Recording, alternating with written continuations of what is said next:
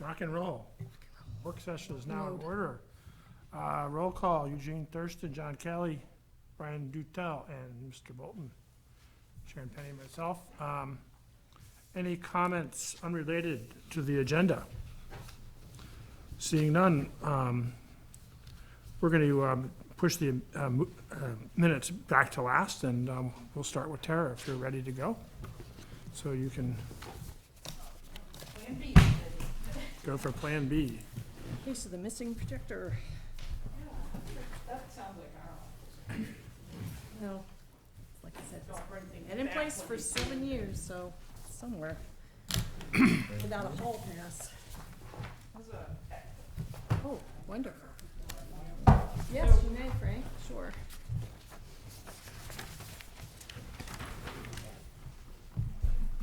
So as I said, it's not pretty.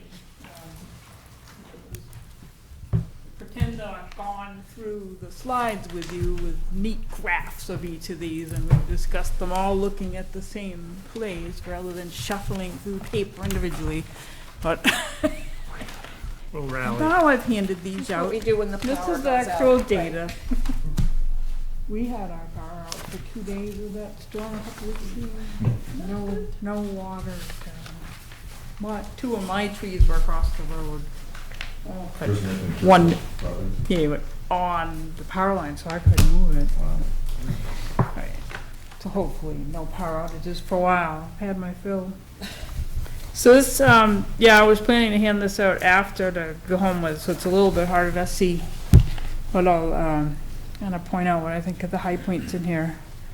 So these are the survey results. This is all of them. And one of the things that I'd like to leave with tonight is which ones you want to look at some comparisons of, say, voters versus not, to see, how different populations answer things. I know there's some questions about how students might answer things, so that's really your homework right now, is think about which questions you want to pull apart that way, and then I'll come with that to the next meeting and a projector. That's my mission. And so the first one, we asked what the relationship to the town was, and we let them tell us everything about themselves, and you can see that over half are registered voters, over half live in Plymouth year-round, about a third work in town, and almost a quarter were full-time students. Pretty representative of your population, I think, and how it needs to go.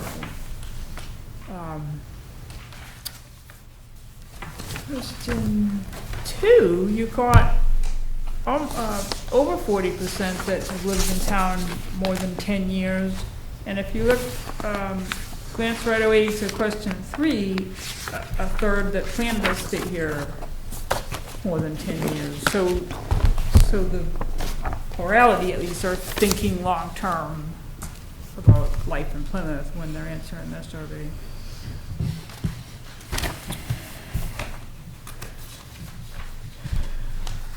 Question 4 is really unfortunate that I don't have the slide, because so I took a look at where the majority of people were getting each of these things. And you see in the downtown, it's the sit-down restaurant, the takeout fast food, we know about the pizza places, banking, convenience store. This goes on to the next page with the post office, library, hardware, and entertainment. And then Tenny Mountain Highway is really, you see a lot of people grocery shopping there, prescriptions, personal products. In terms of, and we talked about this at the Economic Development Roundtable, in terms of where there might be some potential to capture a market that's leaving town now, those might be things like clothing, automotive service, sporting goods, household appliances that people are shopping elsewhere for. Surprising to me that electronics were the only category where most people were shopping online. The automotive service one is surprising to me too. 54% out of Plymouth. And maybe a lot of people go to dealers, Dealers, I guess. Tilton, dealerships in Tilton. Tilton, or I would think. recreation is probably the national forest, I'm thinking. Mm-hmm.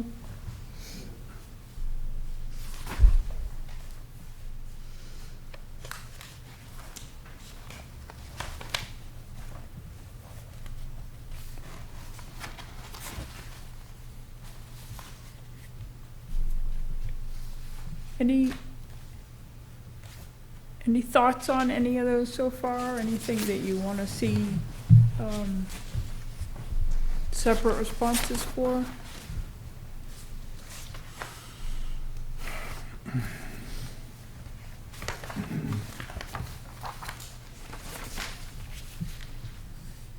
PSU students in the recreation scheme might have something to do with it as well. Mm. Yeah, don't they go to Waterville? What's that? They go to Waterville. Well, there's all these ski areas that. Well, right, but I think doesn't the university have, Canon, it's Canon? Okay. but, I mean, I'm just thinking if, our local ski area opened, it might change things.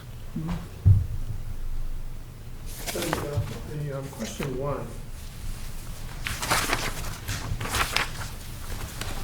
In terms of separating out, let's say, the student demographic from the full-time resident demographic.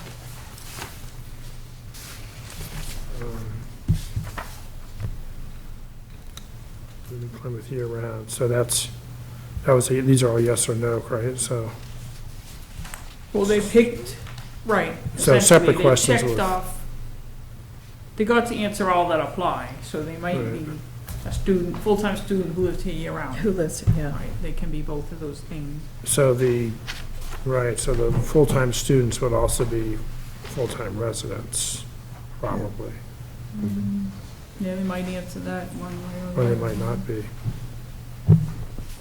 Oh, year-round, right, so they're probably not. I was just wondering if there was a way to pull out the student demographic as it related to the things in question 4. But I'm not sure that there is a way to Well, do sure, that. because I can pull out the people that answered J on question 1.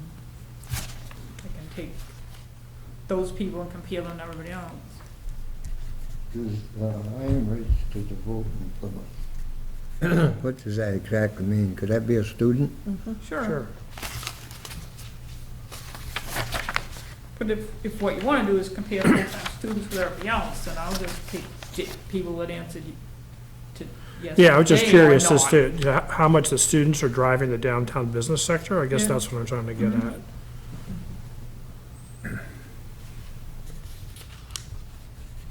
Yep, good question.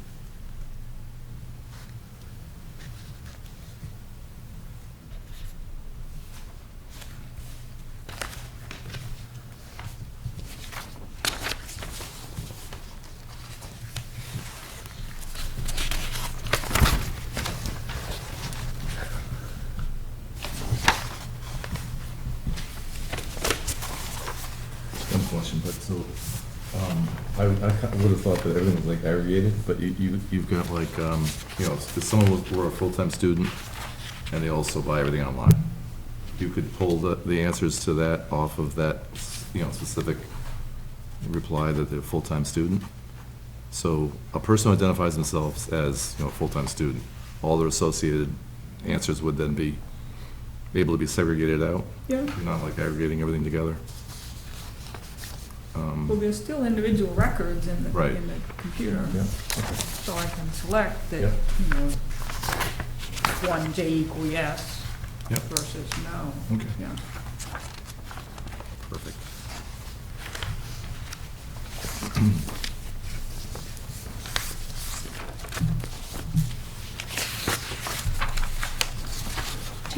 can pull, I know our data entry person put a lot of synopses of the narratives in. We can still pull that, can't we? Yeah. That would be interesting to see some of the commentary at the end when we're finished with, extrapolating this stuff.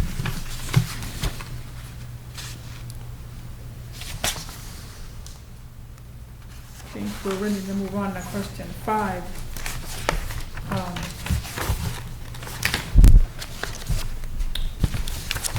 Notice the kind of lack of pattern to number 5, other than Pretty high, more than a quarter saying scattered through town. and a pretty high skip rate too on that question Yeah, compared to the others. well, you still got a good, good response, but, it makes it tough to make the argument for strengthening the zoning, Yeah, for concentrating development in and around the downtown and having a walkable, vibrant downtown. You've got almost 20% that have no opinion, Yeah. so. And the next highest is scattered throughout, so. Right. And then, the rest is just spread all over the place, so. Right. You're certainly not seeing a lot answer to downtown, that's less than 10%, so. It surprised me with, there has been so much public Yeah, education yeah. now about the importance of a vibrant, walkable downtown to the community, that it kind of surprised, this result kind of surprised me. So are we on 5 or 6 now? Okay. We're on 5, right? Yeah, Which is residential right, as opposed to commercial. I mean, I think if you combine scattered and rural together, I mean, you've got it, pretty strong proportion there. People don't want to see much residential, anywhere except those two, right, if they have an opinion about it. which is basically saying that the downtown's only gonna serve the students because it's not gonna be walkable for anything else. That's, Well, I think probably people don't see how you can build residences downtown unless you go to a multi-story, multi-use, apartments on the upper Or floors and reuse. retail on the lower floors. Yeah, infill And I don't think development people reuse. consider, think about that when they're asked this type of question. mm, So I don't think it's inclusive, I guess is what I would say about that question. That people don't really know. How wide of a scope is considered downtown? I don't have the map here, but we I might, included It's a what, map it's what you would online with it. expect, it's not including campus, so. right, it's pretty much, Main Street, isn't it? yeah, Okay. the crux of Main Street. I'll see if I can find it. In behind Main Street, I would say. Because we had campus also, obviously. Thought it went up to the hospital. Did it go up that in those neighborhoods? Maybe halfway up, I think I recall.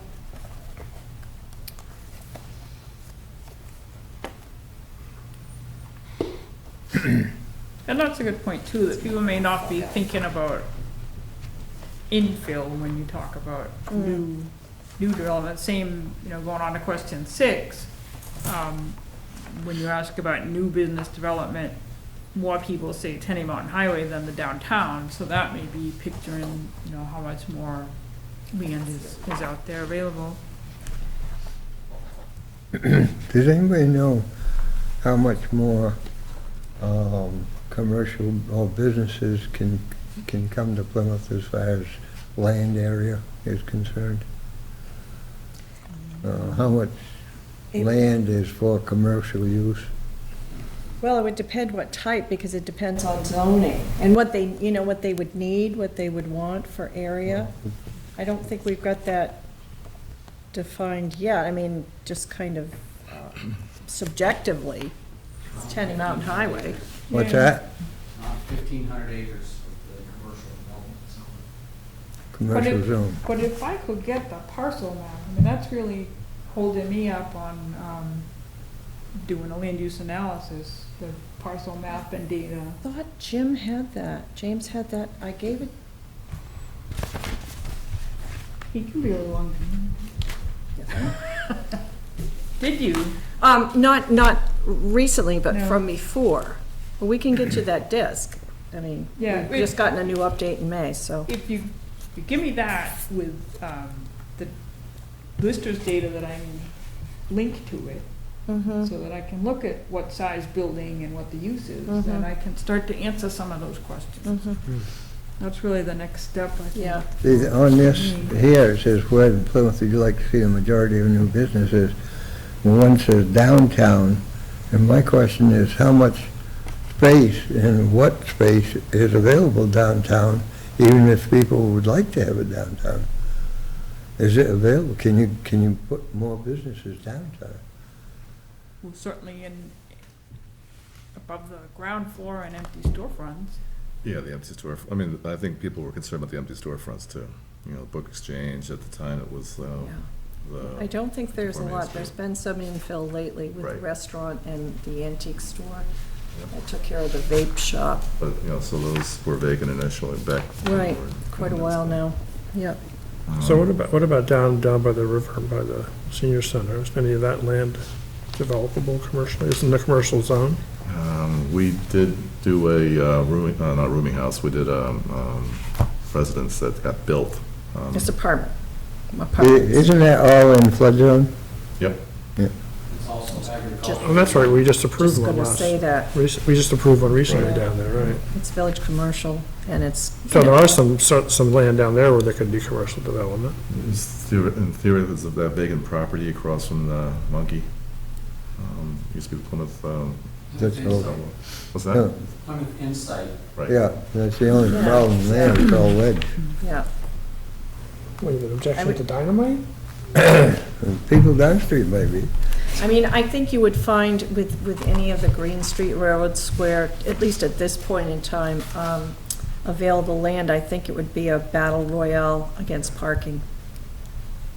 And you do have, you've got the PEMI, which is fourth order stream, so you've got automatic heavy-duty setbacks from DES and our own setback, 75 feet. It's pretty narrow down there. That's probably Okay, half of what's so there. So when we have a situation like this, where 30% of the people say they want commercial development downtown, but it's not realistic, Right. how do we address that in the master plan? Do we just come out and say that? Well, Should be another question, is how much land is available, or how much space is available, even if you might want it. Right, that's what I'm saying, so Yeah, do you just address that inconsistency in I'd the like, master plan I'd like a directly? lot of things, but I can't have them. Frank? Yes, well, you have half a dozen structures that are designed specifically that would allow a second floor to be put on and still maintain the building height limit that we've got in our zoning. But the problem is, it's almost like a technical infeasibility as far as trying to comply with the other elements of our zoning, like parking. Right. And your access programs with the fire department's access systems. So it's building by building, and the whole thing is, if you were to do a high dollar return on investment, like the Plymouth Book Exchange building, that is screaming for a second floor. And that would give you high quality either apartments or high quality office space for high-tech type building businesses. Plymouth Insight, I had already designed that back in '90 on the Main Street Economic Development. That was gonna be second floor conference center and parking, to connect all the parking systems from the bank all the way up to the library. I get 150 cars there. And then street level would be commercial businesses. I was gonna put the Chamber of Commerce in there, so we could kind of show what's in Plymouth, because everybody's always wondering what's to have in Plymouth. You have, at the end of our village commercial zone, down by the doctor's office and the skateboard park now, that is a place where multi-level construction that would work with the connecting of Green Street to Route 3, and then provide a place and space for another building. So it seems like there is some potential to expand. Well, potential, but this would have to be a sale. This is property that's currently in use with other uses for the most part. So, I mean, if we're just really brainstorming, that's great, but it would have to be bought and totally retrofitted. So Right, not to throw cold water on this, but you do have to think about costs, retrofit. Right, but the purpose of the master plan is to take what people want and show them a way that it might be possible to get it, or say, no, you can't have it, so. Right. It's just, that's why we're there's discussing it. contingencies though, that's all. I mean, just to be realistic, that's all, just to be realistic. Frank, you want to get closer so you can participate in this discussion?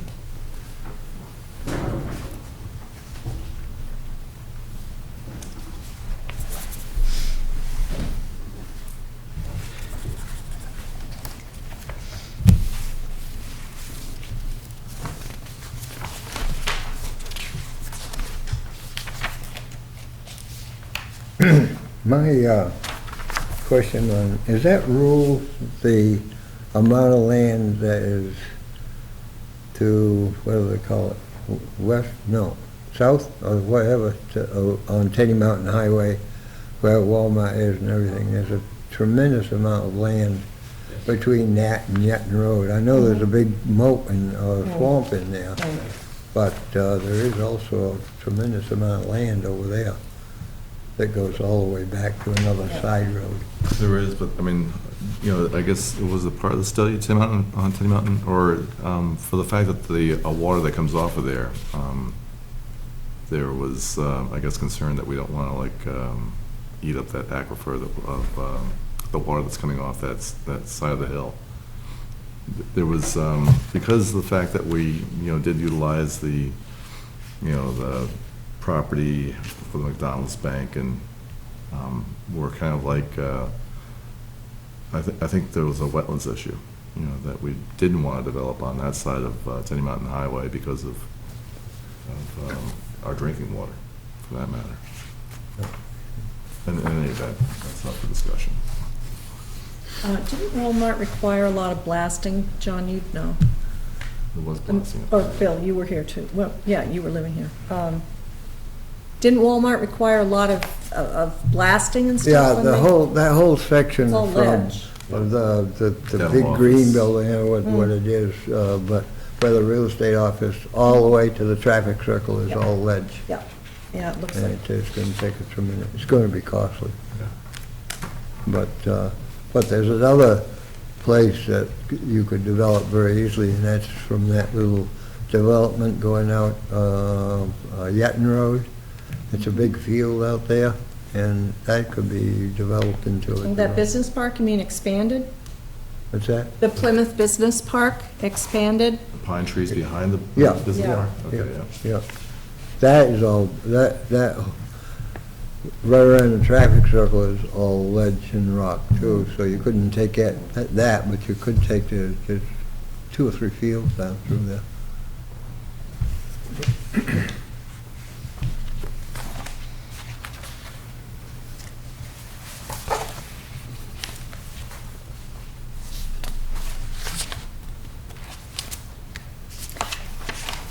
That word rule bothers me a little bit because only 0.72%, and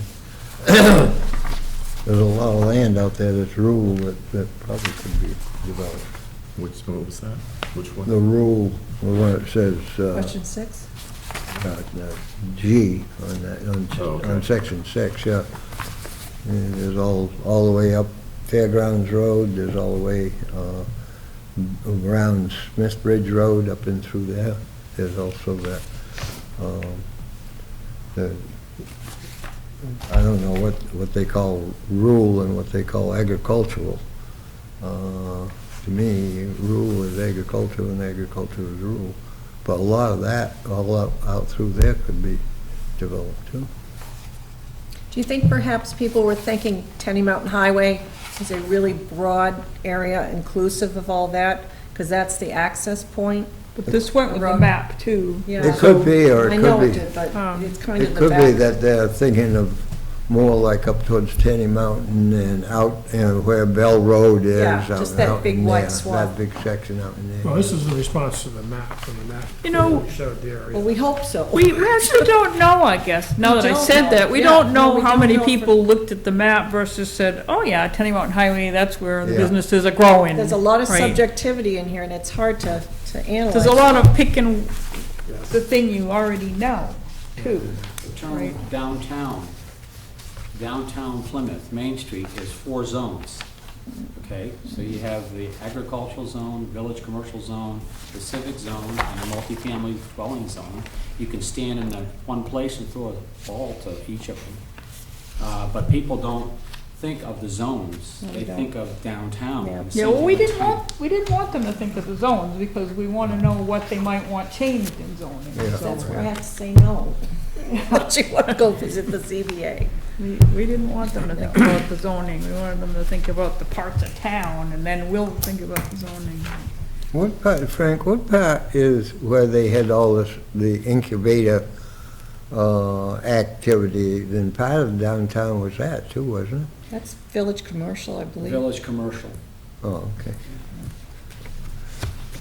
And part of the problem with trying to do expansion of our business, and you get into TIF zoning, TIF districts, Yeah, so you have to take an inventory of all the businesses within that specific zone. And the problem is, all of the areas that we are trying, that are in that area, aren't in a zone. So we lose the value through the inventory process, because our zoning boundaries for downtown area from 1961 and should be seriously updated. I don't really understand that at all, to just split the whole, it's like it's strata or something, and it's not Well, it's comprehensive. Because things have changed over the years, and obviously, no one's thought to maybe redo the line, reevaluate the boundaries. And that's what's really hurt our Main Street redevelopment program, is you have to have a public-private partnership. Because any one of those areas, whether it's the Green Street project, or the Plymouth Insight project, or these others, no one person, I've talked to the banks, and they would love to be part of it, but they aren't strong enough to do it themselves. So it's Financially. getting the public-private partnership connected, and then when you start doing the inventory of the elements necessary to move forward with the plan, you run into these catch-22s. Would it help if I got copies of the map that went with this, or would it help with the, just take a sec, I Yeah, mean, might. you can go along, I think it would be good. If we Yeah. pretend we think people looked at the map, yeah. We'll have to leave like in 15 minutes. You want to leave us something about the tree before you go? Either that, or I could email it. Okay. And also, I mean, I've got like a lot of notes on that too, but I think we're not gonna decide all that tonight anyway. No, we're not going to get too far now. You can take this with you. So you're leaving? In about 15 minutes. Take that with Do you want to take a break from this to talk about something else before Bill has to you. go? No, we or just, no? we just have some busy work on the definitions and our zoning regulations. Oh, And he's leaving, and we're joking because we have a definition of a tree, which was what? Any naturally growing object? Yeah, that's one I found. But that was yours, Frank? I've never seen anybody have a definition for tree Oh, yeah. before. Any natural, I mean, in that thing that Steve Whitman had, there was like several definitions of a tree, one of which is in New Hampshire. a trees in New Hampshire? There is a tree in New Hampshire, yeah. I mean, there's Definition for certainly, landscaping regulations that require it to be a certain size, and smaller than that wouldn't count. We Is that, have, Just said we natural have growth. growth restrictions on our trees. Growth restrictions. you In the stuck ordinance. them? Yes, the selectmen have the authority to control the growth of all trees. Really? It's in there. I'm telling you. about how many trees, the acorns involved? Gonna have to have something to I that. like that. Well, next time mine falls across the road, You can blame the I'll selectmen. call this my select board. Well, actually, you can do that regardless. I mean, theoretically, the selectmen are in charge of the trees that, border roads and Yeah, I called are a hazard to. 911, I called the power company. So is It that took why 2 they days cut for down anybody on to come common? look at it. People were driving under this. It was, Slippery man. big They got tree too fell high over, control. is holding just the line, the power line kind of holding it up. And people were coming, and if they had a short car, they were going under it. I called 911, I said, I think you should be closing my road, 'cause I was the only house anybody needed to get to, and we were the end of that power line, and my neighbors were waiting. I wasn't going anywhere. I wasn't going under it. Yeah. They said they had 50, when they circled back to me later, they said they had 50 incidents in town and just didn't have enough barricades and cones and things. Didn't have enough resources. Block the road. Anyway. We We could, can go on to question, 7, yeah, I Seven, was let's thinking do that we that. could go on to something else, once we get some out, and then we can go back and look at those again. So the problem with, you know, is people want everything scattered around town, like the residential growth, right? Well, then they also want to encourage agriculture, Well, and, you know, this, and you're not encouraging, I say this every time it comes up, you're not encouraging agriculture now by having 90% of the town called agricultural, but you really allow everything in it. yeah, well, you know, the other thing that really bothers me, and I've been around here for a day or two, is when I was a kid, we had at least 12 poultry farms or ranches. We had at least 6 cattle farms that had over 100 cattle at one time. We had 4-H, and we had Future Farmers of America and everything else. And I don't know why everybody says they want agricultural other than the word forestry. And forestry is not a prominent thing in this area because it's been known that the trees do not grow as fast as what they do in a lot of other places. So you know, it's sort of contra to what everybody is acting as to what they're saying. Well, I think my suspicion is it's coming from the interest in the local foods movement. Yeah. And Plymouth Local Foods is a big But successful again, program. it's like downtown, where are you gonna grow these, you know, up in the upper valleys and down towards the east coast, you got tremendous valleys that can grow vegetables. And in here, if you can find any space at all without rocks and everything else, then where are you gonna grow all of these large areas of agricultural Yeah. or garden? Well, see, what I would do is rename that district, because it's just misleading now. It is. But review your zoning, because there are probably ways that you can make it easier for people who do wanna grow local foods and are part of that, because that certainly is a growing local industry. And most towns, when I look at the zoning, I can find a couple things in there that are holding people back. So- My big problem is space. Where is the space going to be? I can understand forestry because we have trees all around it. We have a lot of geological constraints Yeah, here. Yeah. and that's you what- don't have a lot of Ledge private and river. soil. Yeah, that's what I'm saying. Yeah, right. Very little and Right. of But the actual trend- space. Yeah. And I think they're confusing agriculture, which happens a lot, is they're confusing forestry to farming. No, I don't think that's it. I think You it's, don't think so? the growing industry is smaller farms, more variety of specialized crops, and they're second jobs. They're not people primarily making a living from farming. That's the trend we see in New Hampshire, is the little specialty markets. Yeah. So, you know, Little I niche, think, niche farm. so I think that's where you wanna look at the zoning and make sure that you're not putting impediments to that industry, since the community clearly wants to support it. I don't think what you're talking about is looking at half the town and zoning it for agriculture and that's it. That's not the nature of the industry here. Yeah, we really, and of course, the master plan process is going to be the foundation, as we've said before, for our eventual zoning update if we all live that long.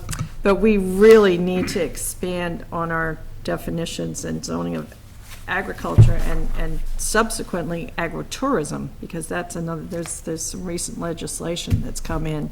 Because when you have agriculture of any sort, even the niche farming, then pretty soon there are venues for this and that, which is perfect, but we got nothing in that book. Well, addresses And that's the kind of agritourism. thing that you wanna make sure you're not in the way of. Right.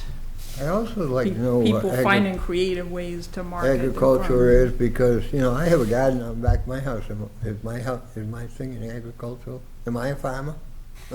Well, it's, No, but this It's is, imagine scale. imagine that the next people that live there are into some particular specialty crop and they wanna put a stand by the road Rocks. to sell it, so, or they wanna have a bed and breakfast built around learning how to grow this thing. I think that's where you wanna make sure that your zoning is not being a barrier to it. yeah, the RSA's are specific on definition, but it's the implementation of the definition that's always the The trick. state definition's pretty narrow, though. yeah, I I really think don't so, too. encourage towns to Frank? Go by the, to be narrow. The other definition is the North American Municipal Classification System. There's 135 specific industries that are tagged agricultural. Yeah. That's the first sector in that system. 135 industries, and since it is our 6 main industries that we have in the town of Plymouth, and you do an inventory assessment using that industry classification system to evaluate the town's business potential. Agricultural is number 6, okay, by space, by land, by actual existing businesses. The problem is, a lot of people don't realize all of the industries that are specifically in that designated agricultural sector. So you're discounting things that you don't think are part of the agricultural industry, and the fact that we have very different and unique topographical areas, but for the new scientific farming systems that are now coming on, where a lot of places and even cities are going into multi-level scientific farming in buildings, you're not allowing yourself the ability of the town's existing agricultural system to move forward into new businesses potential for agriculture. I mean, like hydroponic and Correct. stuff, yeah. So Tara, in terms of our current definition of the agricultural zone, right, it's extremely broad, it covers a huge Yeah. amount of town, and really nothing is prohibited in it. Right. Pretty much. So, That's so how it there looks aren't to any, me, yeah. so The there are no Wild West. barriers per se, possible agricultural enterprises in the agricultural zone.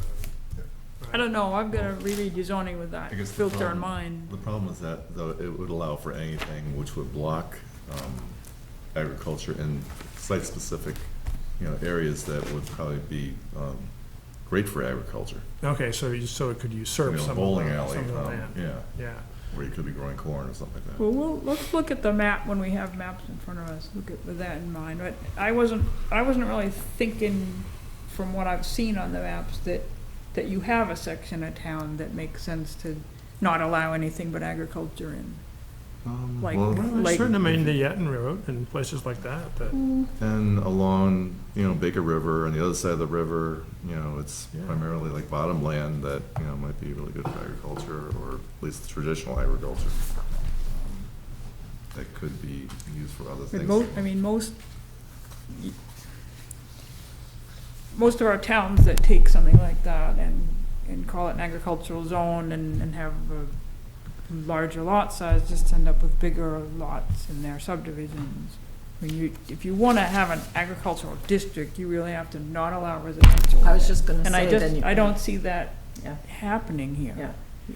Otherwise, the best thing you can do is look at your regulations and make sure that they're not based on the NICS codes or the state definition, but have the flexibility in there, because these things move at a rate much faster than your zoning changes. And and some of the barriers, like, I mean, the markets are in Asia for, not, this isn't relevant here, but an example, on the coast is the seafood demand can change Well, what- within a month, and people are growing a whole different thing. What, Think about, the town in Vermont that their economy was turned around by cheese.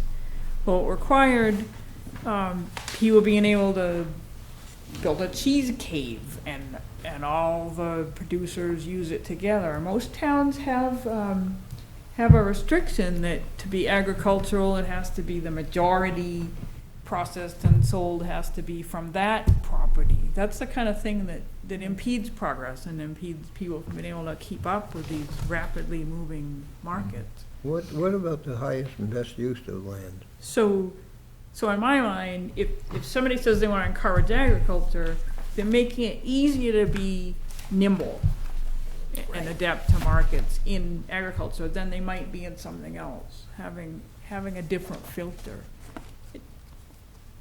Highest and best use of land.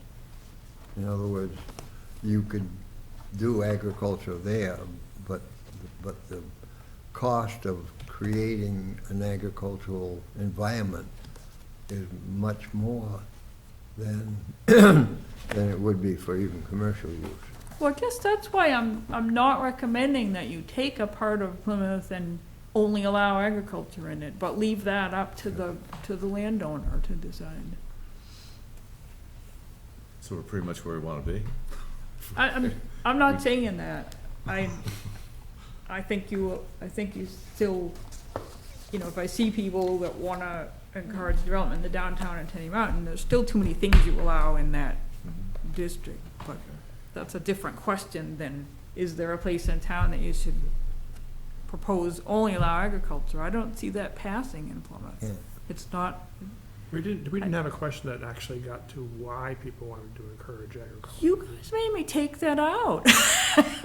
I had that in the first Me? draft. I didn't 'cause I was curious. Chickens We're have trying to come knock home a to page roost. off the end. Yeah, we had to make it shorter, but Bill Yeah. made you do I it. was curious. I didn't call us John, actually. Either that or what type of agriculture? I was just trying to Well, get that's it shorter and more manageable, Well, but that was a mistake. well, I was curious. Okay. Let's Is do it just another because they survey. like the idea, or because they want to buy local food, or because farmland's pretty? It would have been good to know why.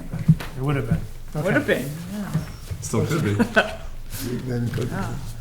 So just for the record, we'll get off this, but we've got a one-sentence definition for agriculture, which is not agricultural. But it says the use of land for farming, dairying, pasturing, floriculture, flowers, horticulture, forestry and/or animal and poultry husbandry. So not mushrooms. Yeah, I could, And you What was you the, can't put commercial businesses there either, right? Yeah, you Yes. can. Why does it say What it was the that? what? the Because definition? if you're mushrooms would be included in, If you're selling anything, you're a commercial business. I'll have to look at it.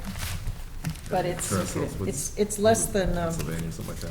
So I have just this a little bit of an aside towards the other business side about talking about definitions, but if we have a definition in our zoning regulations, or we don't, that exists on the state level, in other words, if the state defined agricultural tourism, which they have done, and our definition either, let's say our definition is different, do we override the state? In that case, are you being more lenient Well, or less Well, that's- it's, lenient? like which, yeah, You which can way be are you more going? lenient. Are Yeah. we- Or are we, or we can You can be less more, lenient. you can be more, you can allow more Flexible. things. Right. Aren't You we can under allow more local- than the state says you have to. Aren't right? we under I local? thought it Here's the vice state versa. saying a baseline. Yeah, but that would have to be met at a state level, and we couldn't allow more than what the state allows. Yes, you can. Yeah. They're it's- saying, we're under they're lo- setting the bar and saying, you can't do worse than this in terms of Hmm. supporting agriculture, but you can do better. But it always depends on how well-versed the definition is. So Aren't we that comes full under circle. local rule that oversees the state? Home rule, no. No. Depends on what it is, but, so that's part of my question. The Not- second half not in is, zoning.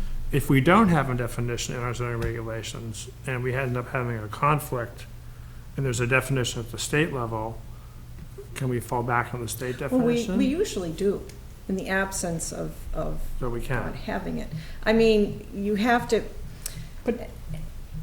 But in this instance, it's not really the definition that you're talking about, it's really what the state's saying you have to allow. right, and it's about. different it's- question. Yeah, exactly. It's not so much definition per se, it's The right to farm. use. It's the Yeah. state saying it's a right to farm, Yeah. state, and here's what we mean by farming, Right. Right. You have. Depends on the case. and it's this long. Yeah, you have the leverage to interpret if something's missing and it's classified under definition A, and there's a similar or a related definition out there, but you don't have the same verbiage. The planning board makes the decision of, is this comparable?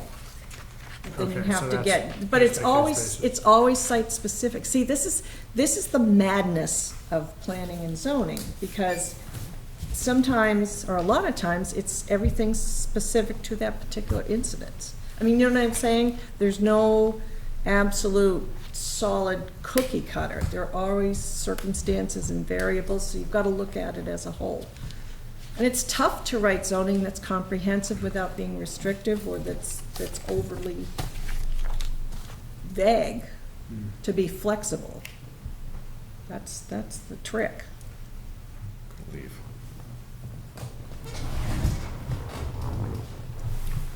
See it. Thank you. All right, this is an issue with the quorum, or? I We guess- still have a quorum. Yep, you got it, Quorum. Thanks, Bill. All right. Okay, those are just kind of general questions that seem like a good time to ask them. Are we on number 8? Yeah? Okay? I think we wanted to go back to 5 and 6 with the maps, Okay. though, that, we kind of went on to 7 while we were waiting for Sharon. So, kind of to answer your question, John, on the map, G is rural. It's basically everything that's not in one of the others.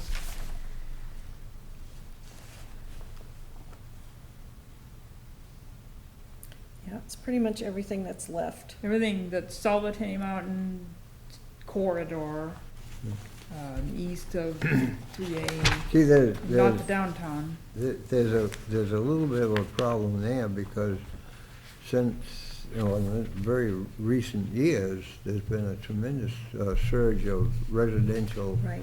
housing that has been pushed into the agricultural zone, which is fine in a way, but some of these homes are rather expensive, and you'd hate to see a pig farmer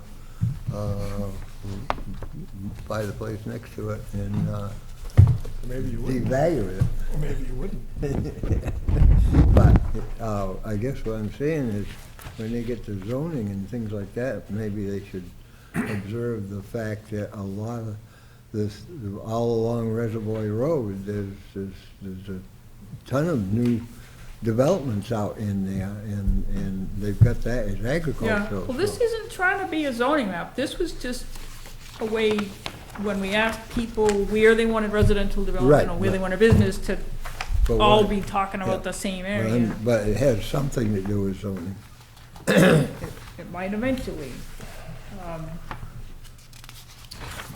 Okay, so And people are saying that they want to see the more residential development out in the rural zone. So, that, again, in encouraging agriculture, you might want to see something like larger setbacks for things like pig and chicken farms. That's a conversation I had in another town 2 nights ago, where they have one of the main egg producers, and that's becoming an issue in terms of how do they continue to build that industry without causing a problem for existing residents. Well, the thing I can't, like agricultural, we're in the agricultural zone, and other than forestry, it would be not cost-effective anyway to ever open that up for grazing land or anything like that. It would be, Well, maybe eventually we need to break that down into other topics. that's what I like think. small farm, Yeah. big farm, Yeah. forestry, just a couple of generic Yeah, areas. yeah, just between forestry and active Farming. vegetable and, you know, Non-tree farming. yeah, non-tree farming, yeah. Yeah, it's hard. So anything else on 5 or 6 now that we have the maps? Any other thoughts on them?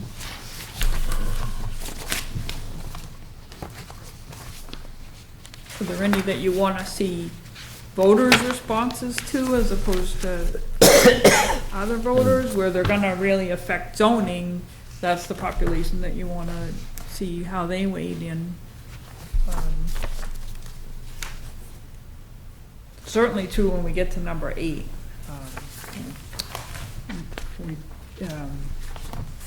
See, the problem we have in Plymouth is, you know, they're talking about development and everything like that. You could put a lot of single-family residences in town and not even have a fraction of the effect that the big new dormitory is coming in, or the new athletic field, or anything that the university is going to put in the town, and we have no control over it. So, you know, a range of opinion available to the town manager and impact of development of our natural resources, our biggest employer can just tell you that, you know, we like Plymouth, but we don't really care about listening to you. Yeah, well, there's certainly a majority of the land, the geography in town that you can control.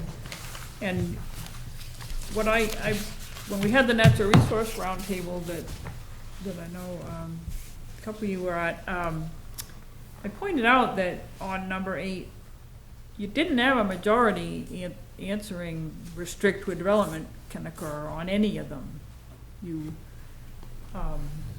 get a majority when you put conditions on it together with restrict. So you really aren't seeing support in here for an overlay district for any of these things. And that's why I would like to pull out voters on this one just to see if there's a difference Yeah. there. And I agree. because right now, you don't see support that any of those would pass right now. Aging, is this a litmus test on public opinion? I don't see it passing right now.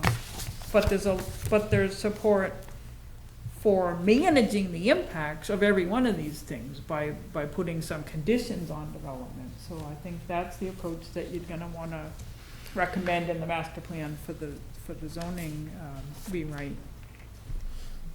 Which, you know, just to kind of go down through the list real quickly and that, you know, what I mean, in aquifers, that might be that if somebody wants to have a snow dump or dry cleaning or gas station, that they follow best management practices for hazardous materials and toxic materials, and there's some town role in that. By having it in your ordinance, there's a town role, and if, you know, you suspect there's an issue, then the town can inspect things, and there's a documentation requirement. Wetlands, you know, that again might be best management practices. Steep slopes, you might require a stormwater plan for development on steep slopes. Floodplains is kind of hard to see anything working other than not allowing occupied buildings in the floodplain. I mean, we do Riverbanks. as a practical matter with our site plan regulations, subdivision based on zoning, particularly site plan, we do have, believe it or not, I think, some fairly good adherence to this, because we have our town engineer, and, I mean, you know, there are always stormwater plans, there are always alteration of terrain permits, there's always oversight, pretty in-depth oversight by the town's engineer if it's a commercial issue. Even the small ones, I always Good. err on the side of caution, so we're good in that, Yeah, and so- we have a very good engineer, and he's very diligent. So in that case, the master plan might just support what you're doing already. In ridgeline development, the typical conditions are leaving some greening in front of the building so that you're not looking at the ridge and it's all open and there's a big building, and limiting, just the colors, the reflective materials, so it's not all glare. So, yeah, let's look at that with voters and not just to drill down a bit more.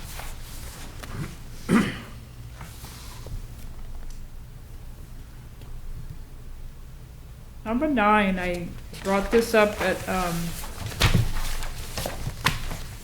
the Economic Development Roundtable too, that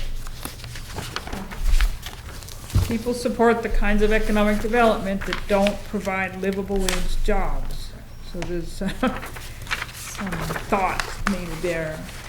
Retail, entertainment, accommodation. So I think they were thinking what they wanted. Amenities. Yeah, what did they want in town, not This- where they these are wanna not- work these- in You're town. absolutely right. These 3 are the top loss leaders for living wage jobs. So maybe what if we pull, people who work full-time, that might be a good population to look at. How did people who work full-time in Plymouth answer it? Be interesting to see what the college students said about this too. I'm thinking this is their fault.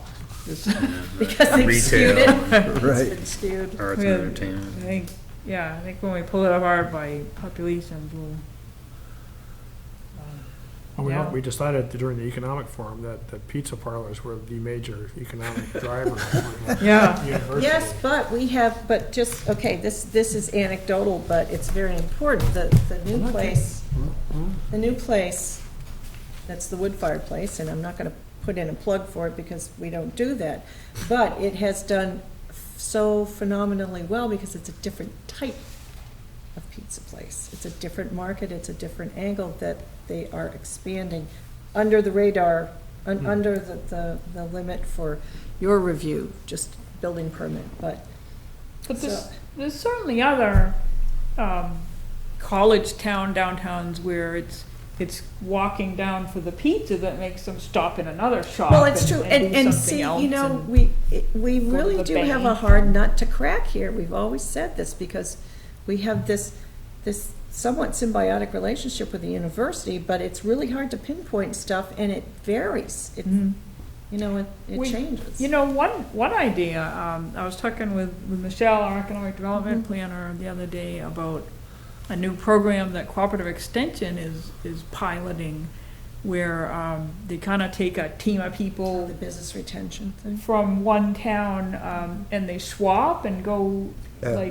like, for example, you guys might send a team to Keene, and Keene might come here to see, you know, what Yeah. you can learn I from think each that's a other. really good We idea. 'cause tried, you've we got did that practice. a few years ago, Yeah, and never took off. we both thought of Keene because it's Yeah, a college town that's Yeah. not, that people don't automatically just associate it. right. I we wouldn't had- say Hanover, because No, no, Hanover that's only different. has the college. Yeah. But Yeah. Keene's a thriving Mhm. downtown, and, you know, that has some other things It's going on, pretty, and other pretty- employers. it's pretty close and- to Plymouth too, because it has a lot of flood issues. Right. Yes, Mhm. absolutely. So is that something you think that, people would be interested in pursuing? I think so. I think so. I mean, Are there I kind reach of Main out. Street business people who would be part of that, or I think people working on the Well, yeah, downtown I issues? think so, because like Keene's Frank got the and- same issues. I mean, Keene has a less compact downtown, but they do have a lot of commercial creep, Yeah, so, much more than we do, but who'd be the best contact for setting that up? probably. Don't add it to your list. Well, how about the town administration? I think it's gotta be the business community that. Now, it's more Keene a than city? anything. If the business community isn't the lead, then it's not gonna be I take know. off, I think. Rotary, I think- I would talk maybe to Steve Rand and Alex, right, maybe. I mean, I think a lot of. Sorry? Alex Ray Yeah, and Steve Ray. but I've always said that people along Tenny Mountain Highway should be a contact. The problem with Plymouth is that they don't want to be involved with the business people. You know, the college is the king of the land here, and they really don't want to, they don't invite the business people or anything like that But that's with any of their exactly the stuff. kind of conversation to have with somebody else, with another college town. How, does it go better there? And if so, why? How Yeah. did it change? Was it always that way? And John, I think it just is, I think that is changing with the new college president, Right, because it could be. they've really stated their goals to get, But, you know, students. when I first started being involved in this, we had a representative from the college or the university that was here every meeting. Yeah, I remember you And saying now that.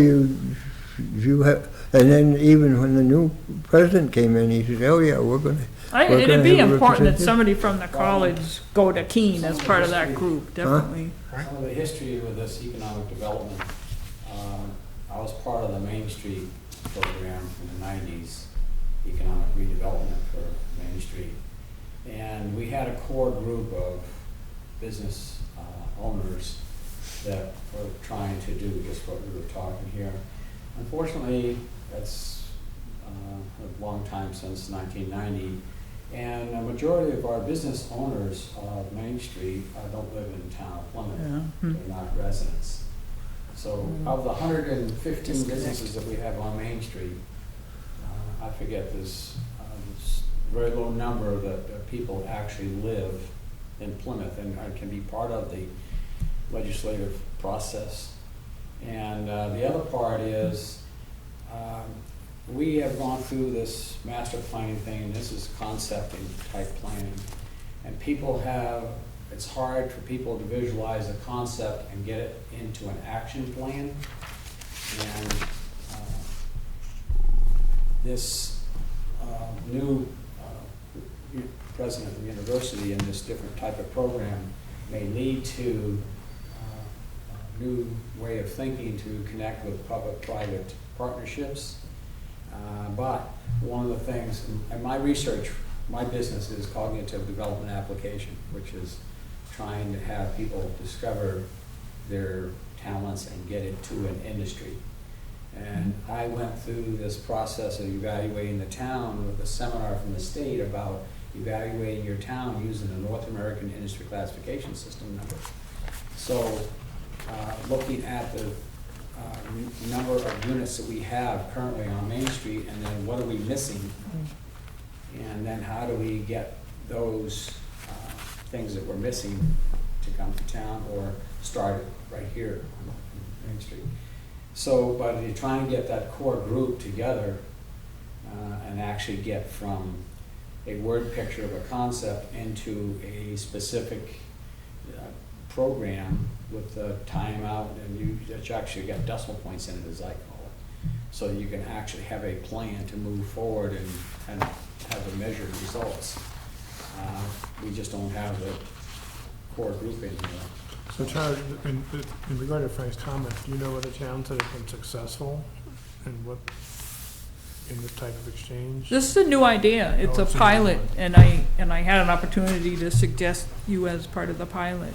Is that- If is you that- had a core group. Yeah, is that that's not the business retention plan out of UNH, that's, it's different, or is it associated Yeah, it with might be the same. It was Jeff I was just Swasky curious. that told Michelle about it. Mm. I think Because it'd be worth talking to some people about it. I think we need to try and glean some insight or whatever from other college communities. because And that would we be the are- point of of it. Right, Yeah. right, because we, you know, They're that's what we always unique. come back to for a stumbling block. Yeah. Is we're Yeah, different. you know, even if it was just a roundtable discussion between the planning boards, that might be yeah. helpful. And I really, I always get worried about when somebody says down street. We seem to have, it's like dieting, you can't diet in one little spot, you know?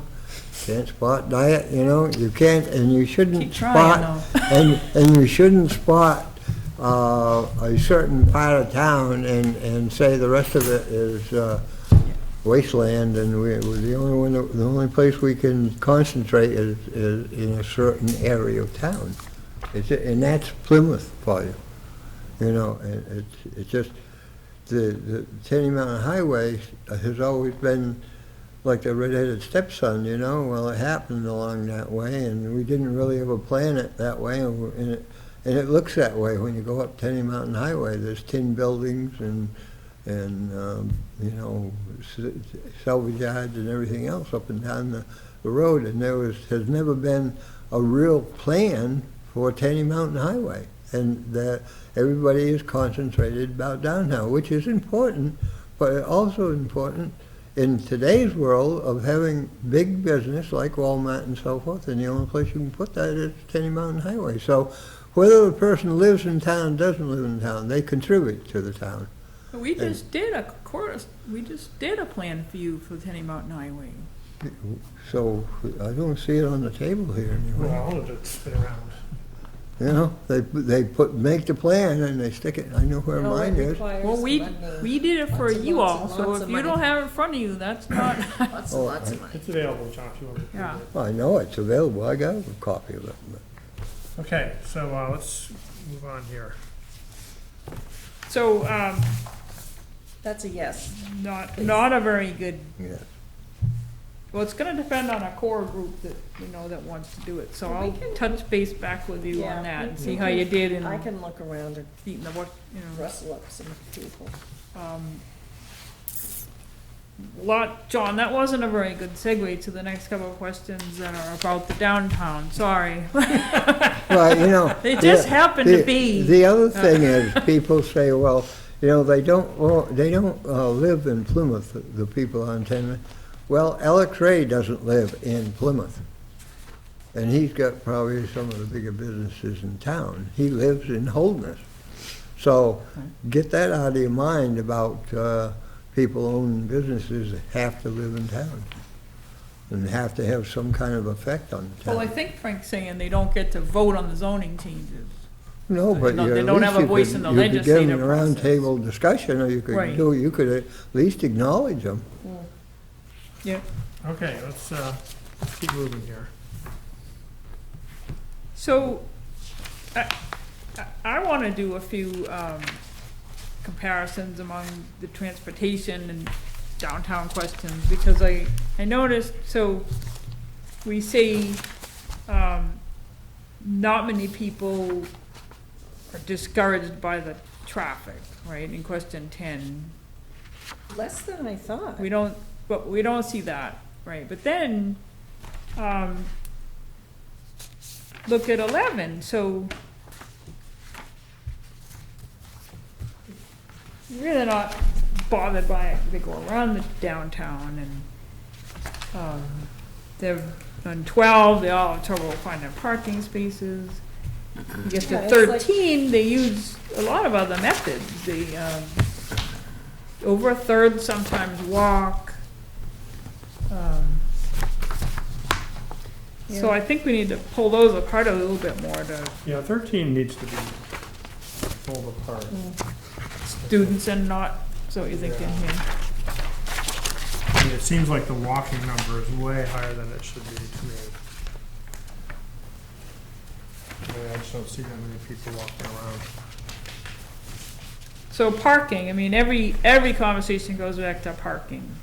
And I'd really like to see if we could line up, you know, carve out some of our transportation money to do a parking study Oh, for you, because definitely. I really think that that's, Because you're getting a majority of the parking questions, yes, sometimes. To me, you know, that's significant, but it's not yes often. So it looks like the prevailing sentiment is that, yes, we all know it's gonna be a little dicey, but I mean, I guess I'm wondering, we definitely need a parking study.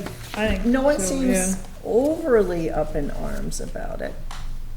Well, it's almost a third say Well, often. Third, but yes, sometimes. And then, And the next, on 12, yeah. and on, I mean, on Yeah. 11, more than half are, at least some of the time, bypassing Right, the but- downtown, so, But I mean, just for the sake of conversation, but rarely you've got 20 and 24%, so. Yeah, so it's kind of puzzling, and then you It gotta is wonder, well, puzzling. how many of them is because, how many aren't discouraged because they're bypassing the downtown? Yeah. Well, if you're I- bypassing the downtown, you're not looking for a parking space. Yeah, but we, Right. yeah, So that's a let's separate question. see, conjecture reigns supreme here. Yeah, It's right. tough, it's Yeah. tough to get specific. But what jumps out mainly is, parking definitely is. Oh, yeah, no, we need a parking space. Right, Confirms but- what we all heard at the visioning session last summer. See, the problem I have with parking is when they talk, again, when they talk about downtown, they talk about the town making a parking garage. But Tenny Mountain Highway, they have to build their own parking lots, they have to maintain it, they have to do everything else. And in a way, downtown's taking an unfair advantage of your quote-unquote big box stores. It's quite unfair, I think. The reason you don't have parking systems in Village Commercial Zone, by the way, I did the parking inventory in 1990. That was from Parker Street to the rivers and so on. The reason is that in downtown, it was pretty well laid out in 1763, and it's brick to brick. There is no place to have on-site parking, and hence therefore, because of our terrain and our limited space, we can't even get our parking for the business owners and the employees that aren't using the so-called customer parking spaces, the Main Street municipal parking system. I'm just saying it's unfair for the town, for the residents of Plymouth to have to pay for a downtown parking garage where Tenny Mountain Highway, Walmart, and all these others have their own. They didn't, and they wouldn't. I'll give you an example. Plymouth, Main Street, and Concord, New Hampshire has the same piece of real estate, river, railroad, Rockledge. Yeah. You know what the difference is? The business community in Concord all got together and said, hey, we have a parking problem, not of our own making, and we can't solve it ourselves. They got a $6 million garage. They You do. know what Plymouth said? We don't have a parking problem. You have a self-inflicted wound. And I've got all of the documentation because I did that study. This was when, Frank, 1990? 1990? So, yeah, maybe it's time, So, definitely time to If revisit. anybody starts to complain about parking on Main Street, don't wanna have me in the room, because I will nail you full page, paragraph, and chapter. Because we have that capability, Yeah. and we have the location, Yeah. to do this, and it is a public-private partnership, but you have to first write it down and accept and acknowledge that we do have a limiting Right. factor of parking. And there you can now start to move forward. What, the issue that came up too at, one of our roundtables, maybe, where shared parking in a lot of downtowns works, it doesn't so much here. If it's students living in the residential units, and they're leaving their car there and walking to campus. Yeah. Whereas in some other downtowns, people drive to work during the day, so somebody else could use that space to work at a business. That came to my mind in those conversations as the main impediment toward denser residential development in the downtown. I will say one thing for the university, they have specifically identified and gone after aggressively to take care of their parking issues on campus, building by building. And they have been more aggressive than the town is. The town is just absolutely denied that they have a parking problem. Right, but every time they put in a parking lot, we take down a taxable building, Well, that's and they're not taxed. not their fault, that's ours. So, but there's, and the other problem is, when people get into this discussion and they try to solve the problem of financing, they try to solve the problem of Oh, yeah. engineering, and they shouldn't even get into that discussion. They need to talk about, would this be in the best interest of the people of town of Plymouth? Right. And would we like to see this happen? That's what we need. We need that concurrence of the idea that we Yeah. need to look at, certain programs that we need to move forward on. Okay, so maybe in the master plan, what we do is we identify some Yeah. key areas and what we can do to solve, to take it to that next step. I'll give you an example. The highway garage was supposed to be a continuation of the development of the riverfront, and it was supposed to be parking. And we bought 25 acres to move the highway garage out of its location to do that. Unfortunately, people forget about that plan because it was part of the Green Street plan from 1995. So, I mean, you know, and that's a function of funding. But we, the town of Plymouth, voted to do this. We bought the land, and it's, you know, it's just a matter of, okay, this is what we did through the master plan system from 25 years ago. We haven't moved on what we've already said we wanted to do, Where's the land? out next to the recycling center. The who? Recycling center. Oh, yeah, okay. So that was a specific line item that the Plymouth Public Meeting, the town March meeting, voted to raise and appropriate. They bought the land, and Yeah. it was for the function of moving the highway garage out, Yeah. doing our parking and riverfront development on Green Street. Was Green Street, that was a TE, transportation enhancement? Yes, there was a multi-modal transportation enhancement, and it was connecting Mhm. a lot of things. And of the 11 items on the agenda, we've got 3 left. And that is to connect Green Street to Route 3, move the highway garage out, and then to continue and connect the multimodal Mm. state highway, the trail. And Plymouth is the last place in the state that there's a disconnect. Well, isn't it because of is that along the railroad tracks? Yeah, it's parallel too. Okay. But we're one of the very few of the towns that railroads are actively going through now. We have a little bit of traffic on Yeah. it still. Well, yeah, you got that, Hobo Railroad, so you can't tear up the tracks. You don't have to, you can properly cross them.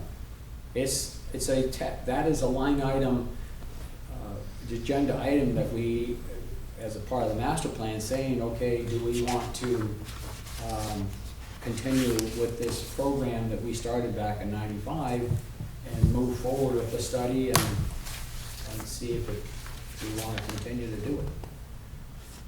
So.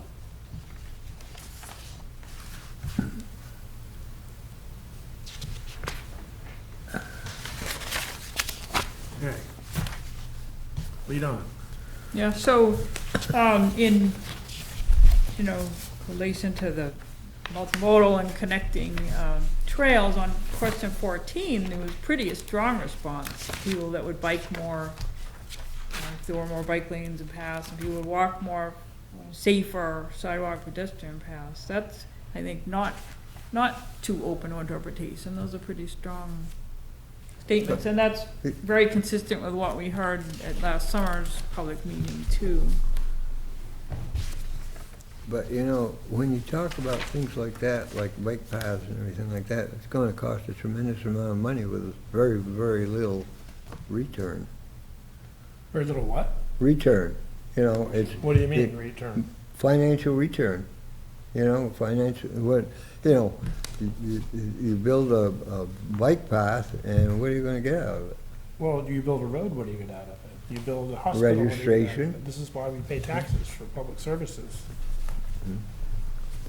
I'd like a breakdown as to who came up with that one, because I don't see too many people, and New Hampshire is getting older all the time. I don't see too many 50-year-old people humping up over the top of Highland Street. Well, what might be interesting is to look at it with question 15, and that's one reason we asked question 15, to see if there are, if there are certain parts of town where people are saying that, then that gives you an Well, area to concentrate on. Lowe's tried to do that, and everybody shot that down. And that was a free gift to the town, bike path, but, So can you pull Yeah, 14 14 in and reference to 15, yeah. 15? That would be. The next group are about housing. Question 16, we asked people to describe their current housing.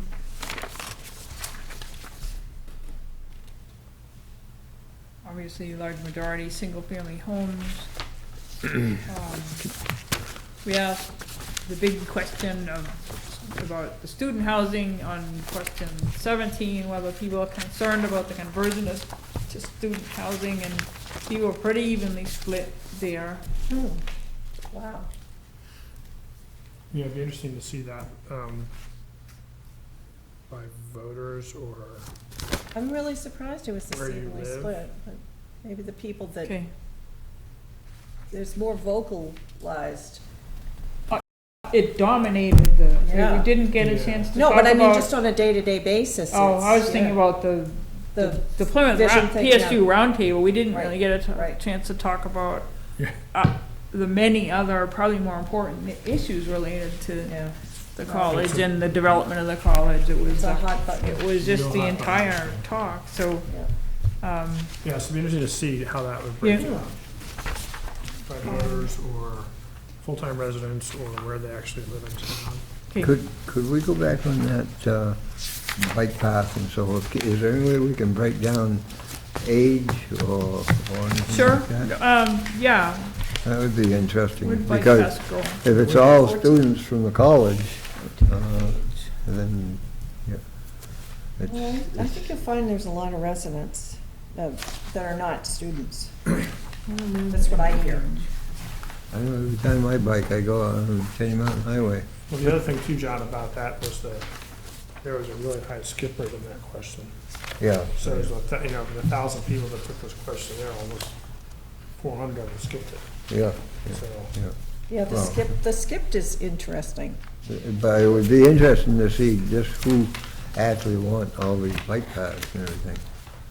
So a real interesting, I thought, was 16 and 18, right? Look at 16 for a minute, and 60% in single-family homes, less than one in senior housing. But if you ask what people are gonna need in the next 10 years, it's 40% single-family and 15% senior housing. So that's what jumps out at me on the housing, is people are seeing a need, as you said, John, with an aging population. just a general question.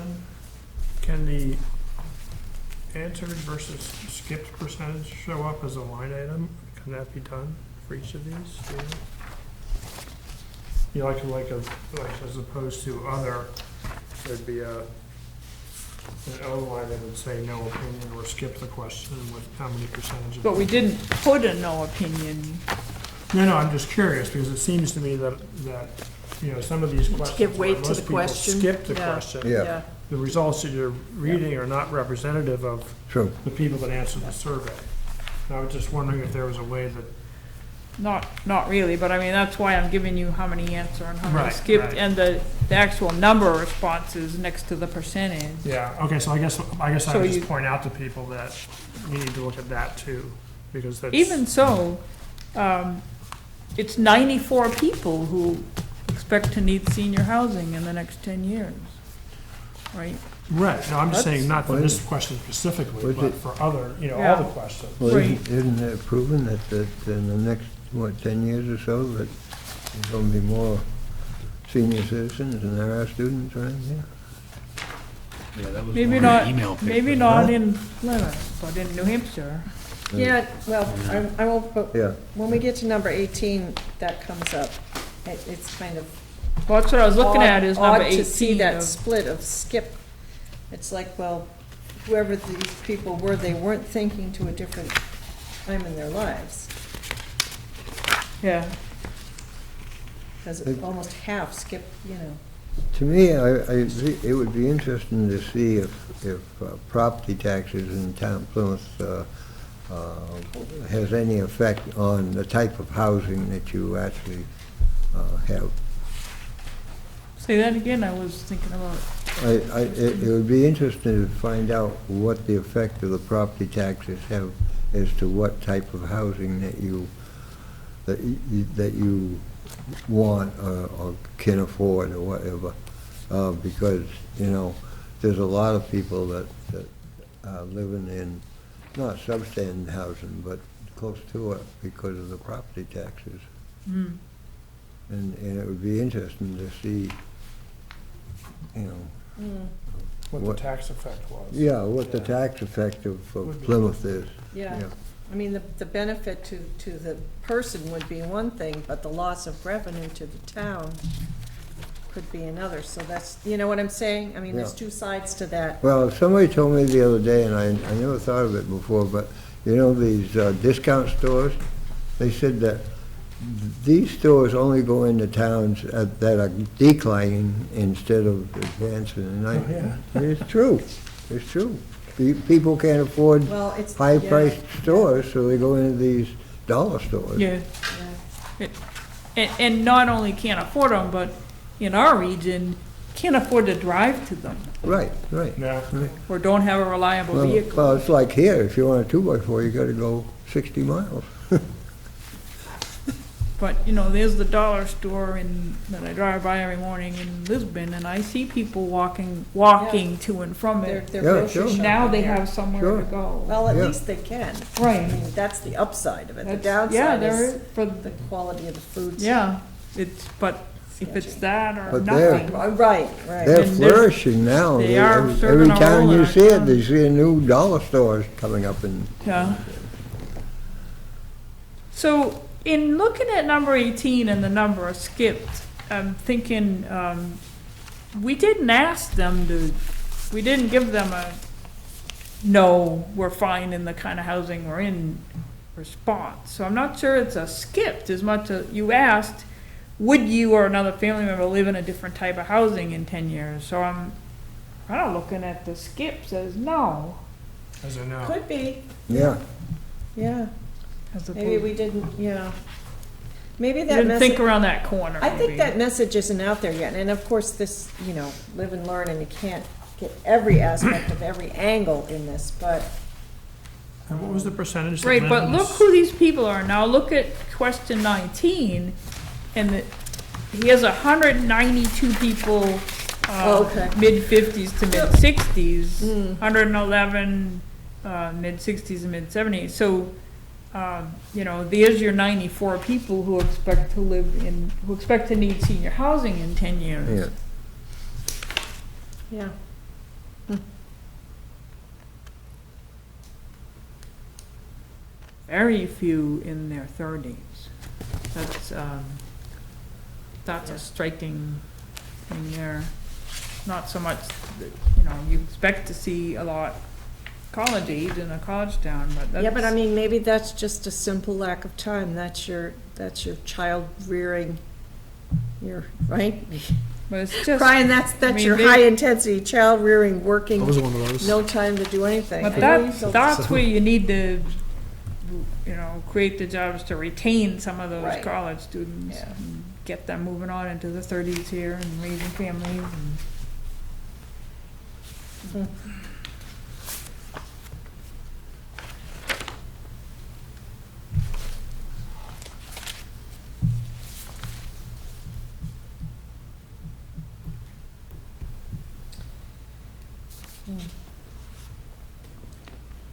What is the official population of Plymouth?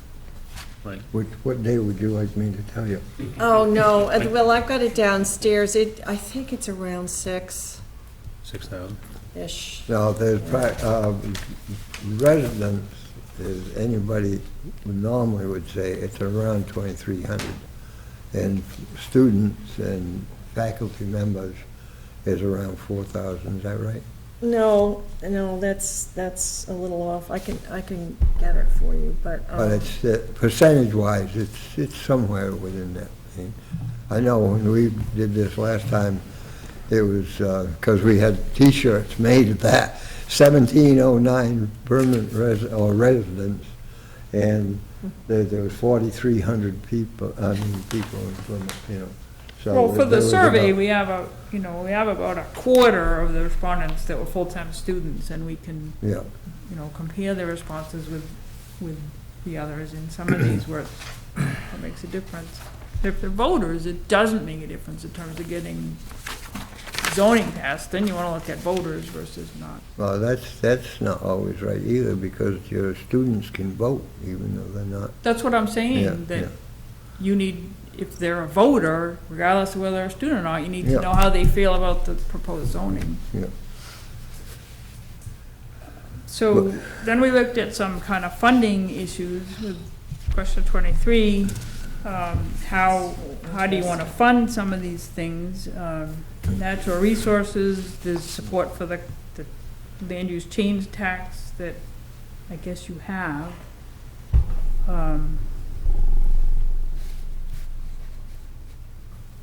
People are in favor of fundraisers for everything and grants for everything. Yeah, right, they're kind of a little bit of Not- pie in the sky. Right, well, we had to put those on. Yeah.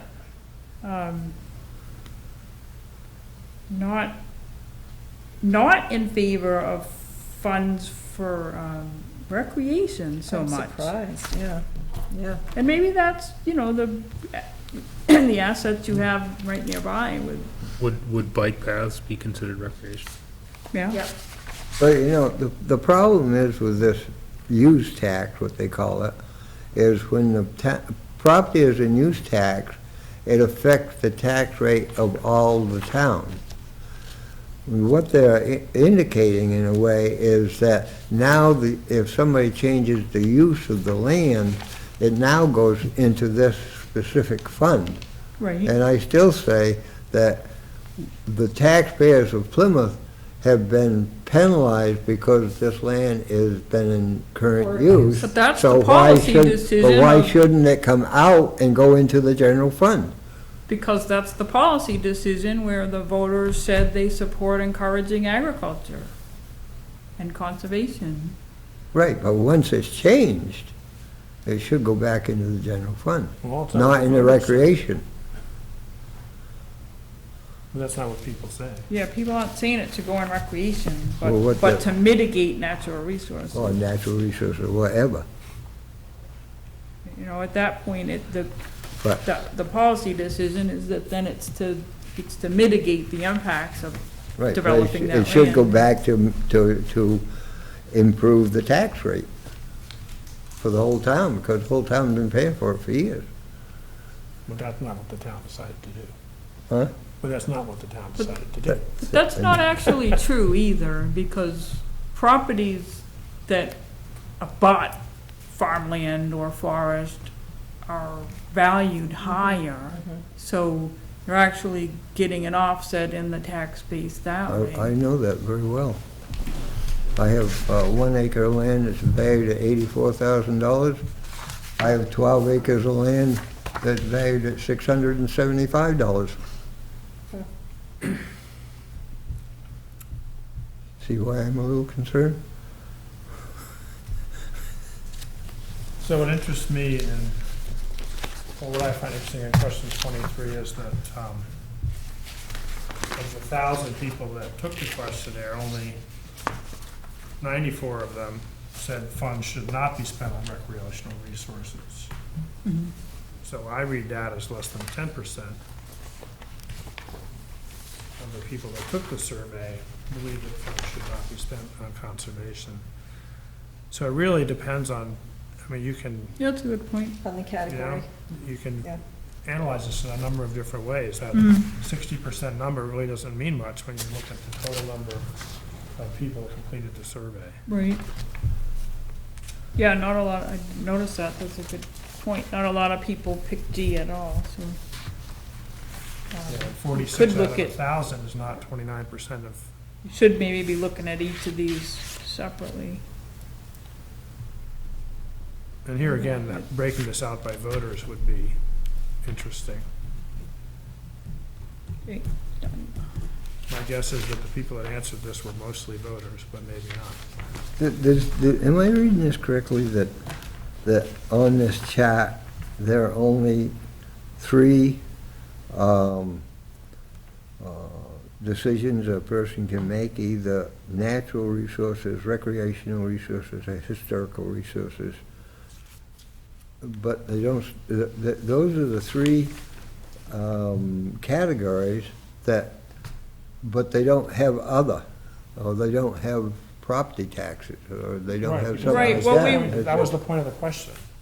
Okay. Natural and recreational historical resources. Right, it's Right. just, it's the conservation question is asking, About that pick, specific. pick everything that you support. Right, but what they're saying in this is that they're only giving you those three choices of when land use changes, the additional taxes, you only have three choices that additional money can go into.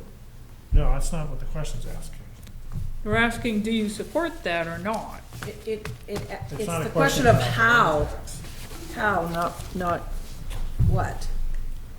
How these If the specific. question was, what should we Yeah. use the dedicated land Right. use tax for? That's a different And question. then 10 choices, that's what you're asking about, but that's not what this question's asking. No, okay. But should it, It's the inverse of it. is what I'm asking. Should it? Well, we're not rewriting it. Put going in back. something when they answered this question, they had to answer in these three categories, right? Right. So Just these there three. was no other choice of saying, I'd like to have that property go, that extra money to go into property tax reduction. Right, John, but the question's not about that Yeah, property it's tax the- money. The question is, if you're going to fund conservation, natural resources, and historical buildings Right. in Plymouth, how do you want to do it? Yeah, We got the X and Y axes perhaps. It's not saying, they're not, the question is not, what do you want to do with the tax money from the land use fund? The question is, how do you want to fund support? natural resources, recreation, and historical resources? so I it think has it's- nothing to do with land use change. No, But- it's just that's one of the possible sources of funding. Yeah, okay. If you believe that you shouldn't spend the land use tax change for this, then you should say, you should have selected G. G was the choice for people that didn't want to spend these funds on this items. I think you have a valid question, John, but it's not this Where's question. Z?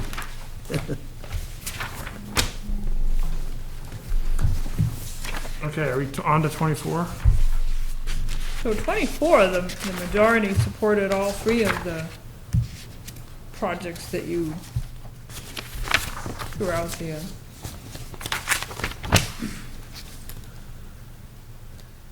Has anything changed in regard to any of those three since did the survey, or? No? Seems to be, because we look at photos on that one. Now, I don't understand this because Frank said that it wouldn't cost the taxpayers anything, but it says a new highway garage to relocate. That's a new highway garage and not a new parking garage, right? Highway. Yeah, okay.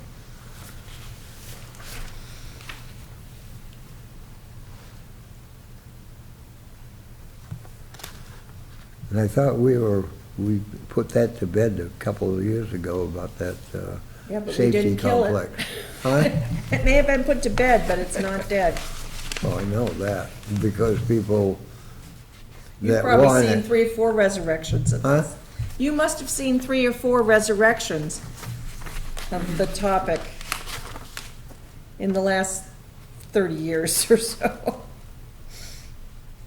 It's always out there.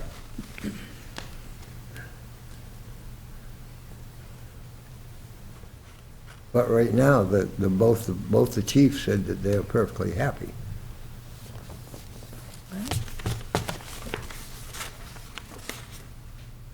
So here's a question, this is kind of the same question about interpretation. So if we look at C about the school access, Yeah, so 45% of the people say, yes, we should study it. But all the rest combined as either no, no opinion, or not sure, or skipped. Mm. Real So close. is that 45% or is it actually 30%? I mean, so it's really hard to figure out, when we get to the master plan and we talk about what the citizens of Plymouth want, how you interpret those numbers makes a big difference as to Yeah. what goes in the master plan. Because you could say, only 30% of the people want to study this, so we're not going to do it. Or you could say 45% of the people want to do it, so we're going to do it, so. Or you could say 45, but that's not a majority. Right. You So, didn't get them, even of those who responded to that question, you didn't get a majority on any of those. So I guess that brings us to the general question about the master plan, is what's the break point based on the survey where we want to address something with an action item? Is it 50%? Is it? Well, that's where you don't, the survey's not your only decision-making tool. Right, but There's the overall vision, kind of from the visioning session, there's what you heard Right, at the and- round tables, there's looking at what you have on the ground. What's the implementation piece? Is it a study? That's doable. 45%, just for the sake of argument. To me, that would almost, if I felt these other compelling factors and I saw 45% or 30%, whatever, there'd be enough there for me to say there is some interest. If there was a grant or something, I would say, let's go for it. Right. I'll look at the voters, though, on this one. I Yeah. think that'd be. anyway, I'm just trying to frame this in. Oh, I know you are. Yeah. I know you are, When but we get that's the down the thing. road to writing this and implementing it, how are we going to consider these survey Well, results? in that, I'd say that it wasn't a majority on any. Hmm. But let's look at the voters and see if you get a majority then. 25? So 25, safety improvements on Tenny Mountain Highway, That's a, jumped out to the top. that's a state highway, you can't do anything about it. Not actually, because that's actually what our job is in transportation planning, is making sure that your needs get on the state's. You can tell the state. Tenure plan. But to tell the state, but they spend all their money. It can take a on it. long time. You spend all the time down in Northfield. So that was at the top, and South Main Street. But again, as Steve was saying, when you look at the number, it's not a huge number, worrying about South Main Street. Less than 20% of the respondents. So if this is kind of a ranking, then I'd Yeah. say Tenny Mountain's up top, but it still isn't you don't see. Doesn't jump out as. Huge indication. Doesn't jump out as something that should be a priority. No, and then also, it's always been that, well, it was a state highway, so we don't really have a lot to do with it. And I think that caused a lot of people to say, well, you can't do anything about it, so why are we gonna talk about it? Huh. I'm not sure people draw that distinction. I think they think the town's job is to tell the state what to do, to some extent. And it is, We and it's to try. tell us to tell the state Well, what to do, and we all have to be singing the same We song. do with the university, and then what do? They do whatever they want. That's different. That's different, but that's why we get transportation planning money, is Right. because That's the where process. the process under federal law is for it all to come through us and our Transportation Advisory Committee to prioritize the projects. And they've gotten better in recent years of listening to us and at least putting our top ranked projects on the 10-year plan. Doesn't automatically default to Nashua like it used to or Right. whatever. Yeah, there was a, Big ticket. so I'll see you, I think it's September 1st, is the first Thursday next Can month? you see, Jean, behind you? You're the designated calendar person. September 1st, yeah. Yeah, so I'll have the answers to the That'll be pulling it good. apart, and I'll have a projector. I will find the projector. I'll bring ours. Someone's That's all gonna right. be in the doghouse. I'll bring ours, I just didn't, Well, no, it's Don't worry about it. always here, so I'm sorry about that. well, I'll check with you anyway. It's never not been there in 7 years, so. We have a mystery. Yeah, a likely story. Good discussion tonight, I thought. Good. Good, yeah. Couldn't accomplish a lot. Yeah, it's nice to see some numbers on that, but you can Mhm. still see there's so much. Oh, yeah, hard- it doesn't write the plan for. No, it does not. No, it does You know what not. they say, It's not a give me paint by line, number line for for sure. It's true. Got a bunch of them right here. Tara, thank you. I will tell you one thing. These sessions that we've had with this lady here is 1,000% better than the planning board that we had prior to this, that they tried to do everything themselves without having a professional that might know what they're talking about. This, it really impresses me. Yeah, this is Really why our impressive. regional planning commissions are so great, because they have the resources. I'll leave on that good note. Yes, I would, See Good ya. night. Yeah. Good night. Okay, do you have any new business, Sharon, for us? Besides the aging, we're all getting older, there's no kids. Yeah, the bad news, no, speaking of timber, this is open, I got this, actually, it came to you, Steve, but it got delivered to me, this New Hampshire Timber Owners, if anybody's just, What's that? one of the flyers I gave you, Yeah. it's about, law on timber harvesting, you've got one, John, but you can have another one. I think it's Bristol, is it Bristol? It's a free seminar. Oh, yeah. It's New Hampshire Timber Owners Association, just the law on it. I didn't have that, do it. Did you? Yeah, No. that looks Huh? interesting. I'm gonna have that. Have one too, I don't know where they are.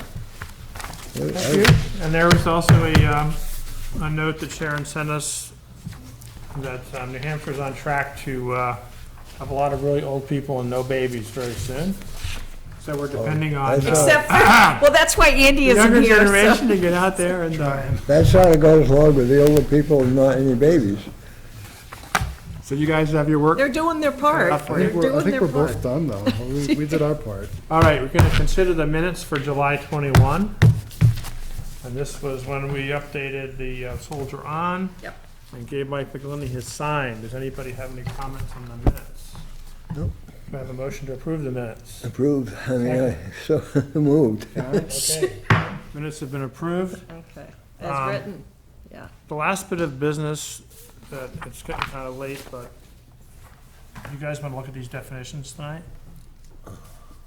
Bill's not here? Hmm? Bill's not here. Bill's not here. Rebecca's not here. You can pass that down to Sharon. I made some notes Oh, on the did you? definitions. Oh, okay. There's a front and a back. Oh, nice.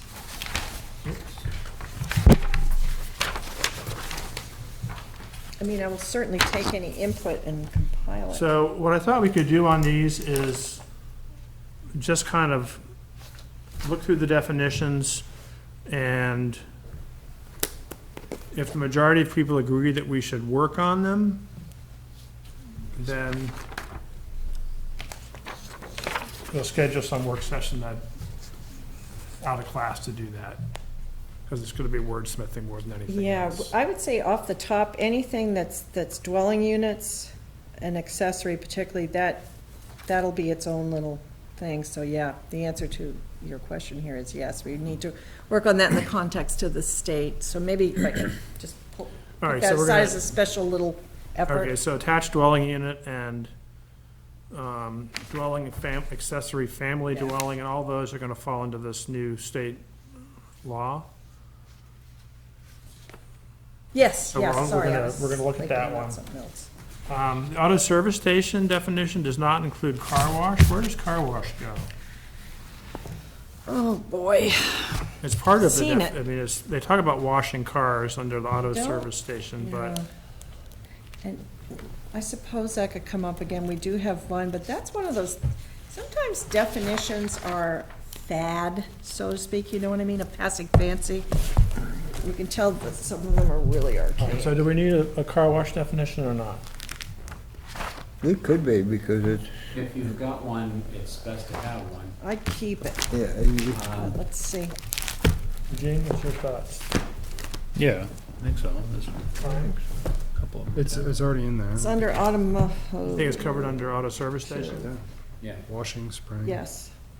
So if somebody comes to us with a car wash, they're gonna have to meet But all Yes, the auto requirements. service station, But yeah, there's a polishing, difference greasing, between- washing, spraying. between car wash and automatic car wash. Yeah, car wash, your kid could be out there washing it in the service station, but an automatic car The wash. definition is compliance issues, which I've got, that's one of my things I'm addressing in definitions, is that when a person starts a business, they go to Concord and they file their paperwork with the Secretary of State to a specific business, all right? That puts them into the industry classification number, which is their legal documentation for their taxes and their insurance. The description of that is through the legislative body in Concord and the town.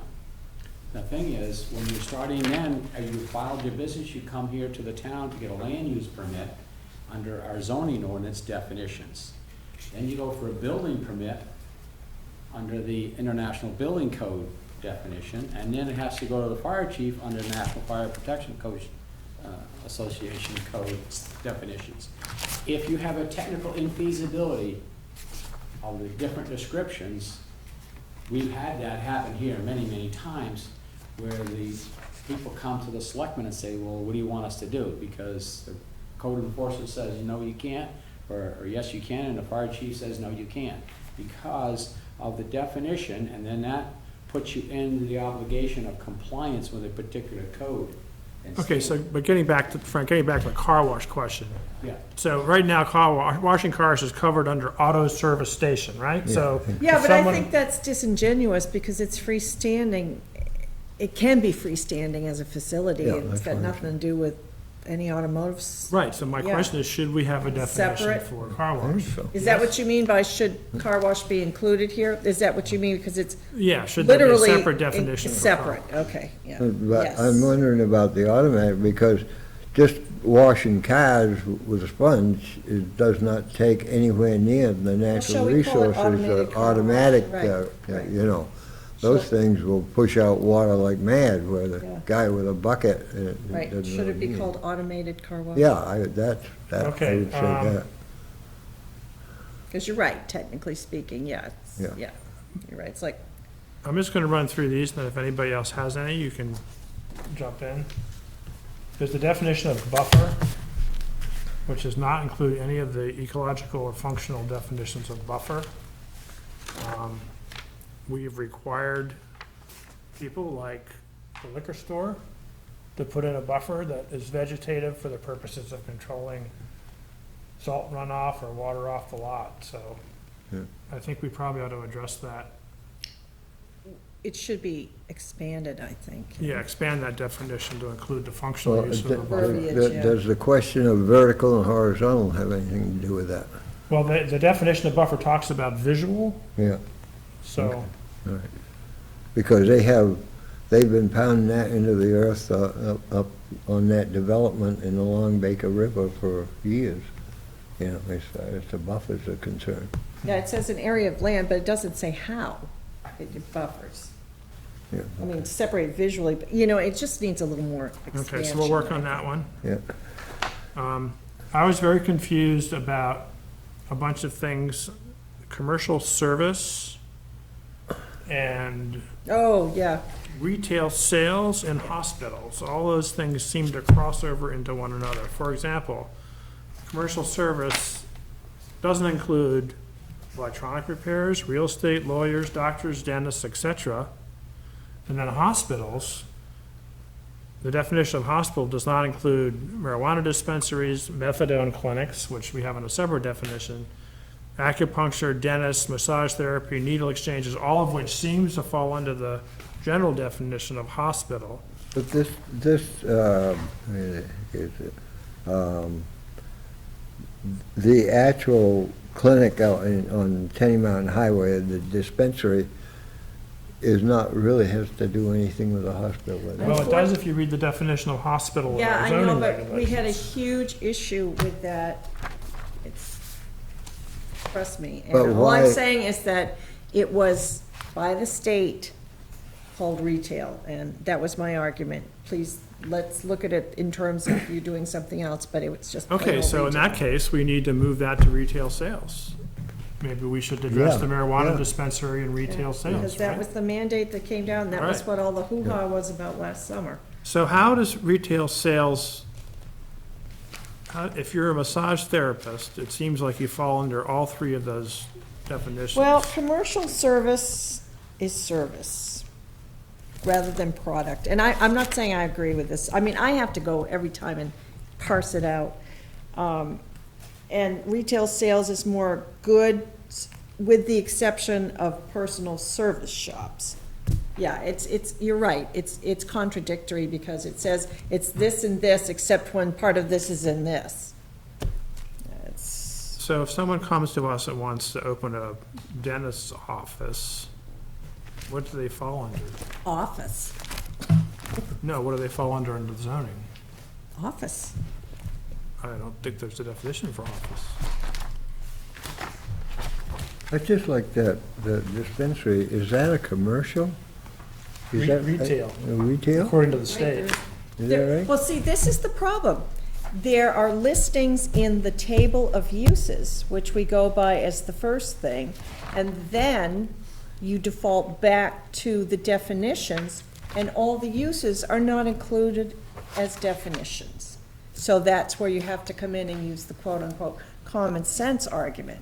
But that has driven me out of my mind, because there's a bazillion uses, all very clearly stated as to what they are, but half of the uses are not defined. I mean, some are basically Okay, common sense. so what I would say that we should do then is go to the list of uses, And see what's along with maybe missing. some of these other uses that aren't on See there. what's missing. And revise the definitions to include but not limited to these types of things, Yeah. Yes. right? Yeah, For yeah. sure. I mean, Okay, and you want to so- be careful, and there again, you've got to be careful to be flexible enough, but not overreaching, and limited enough to not put yourself in harm's way, so it's, So I assume, I mean, the problem with, I have is I don't know the zoning regulations by heart. So I don't know what the requirements for a hospital are, if I want to put in a hospital. And if I'm an acupuncturist, and I come to the town and say, I want to set up an acupuncture clinic, do I have to comply with all the regulations for a hospital? So those are the things that I'm confused about. no, and unfortunately, in that case, you've got different state regulations, and federal, I'm sure, too. So it's a little bit site-specific once again. Okay, so we're gonna work on those three together, commercial service, retail, and hospital, and kind of try to sort them out. I would I think, mean, you have, in institutional use, for example, you have, this is the table on page 16. You have hospital, medical center, and research laboratory. why And two out couldn't of those the, three definitions are not in the definitions. And What- I'll tell you one of the things that's making it difficult is, since this was, our zoning ordinance was established in 61, but the SIC codes, and now the updated since 2000, we are now into the North American Industry Classification Code systems. The state, when they do make a law of certain types of businesses, are conforming to that because they have to track the economics of this state. And of course, the management and budget people is the one who put their program together, because that's how they track the whole United States. All right, so the definitions are contained in that book, and that's a recent element since 2000. But the problem is, when a person comes to the town planner to get a land use permit, you're into compliance of certain elements of our zoning and our international building code, which we're a part of, and then the fire codes. And now you've got the definitions. So Frank, if we looked at, so we're talking about these three, hospital and retail sales and commercial service. And if we looked at the list of uses on Sharon's chart there, and then look at the NCIS number to say what's falling where, then we can have a more consistent yeah, Because that has arrangement, right? it has each section, it has a description of it. Right. And it says, if you're doing this, you're a hospital. And then right below it, it says, if you're doing this, you're not a hospital. Okay, so that'll give us some guidance, we can would- do that I online. would strongly advise everybody to read the pagination may be one number off, so bear with me, because we had a couple versions of this. But I would have you all look at page 14, 15, 16, and 17. Those 4 pages. Those are the tables and the charts, if you will, of the different uses, and it's very eye-opening. See what's there, you know, under the various headings like municipal, commercial, institutional, and then industrial miscellaneous, and then you get into the lot dimensions. But, yeah, Okay, so we need to make that consistent with the definitions. So probably we should look at that table and make sure that what's in the table is addressed in the definitions, and modify the definitions accordingly. yeah, I mean, I think it's good to go through the definitions first, because there aren't that many of them, and see some that are obviously archaic, or just really bad, or whatever, and kind of Okay. cull that out, or, like we just said, like expand, you know, car wash, automated car wash versus auto service Okay, I've got station. my next one, speaking exactly to that point. Fence, which is defined as a ditch, a pond, and a stream in our zoning ordinance. Oh my God, you're kidding. Yeah, See, I know what, I don't, It is correct. why? Because. I mean, our- it should say demarcation line, it shouldn't say No, fence.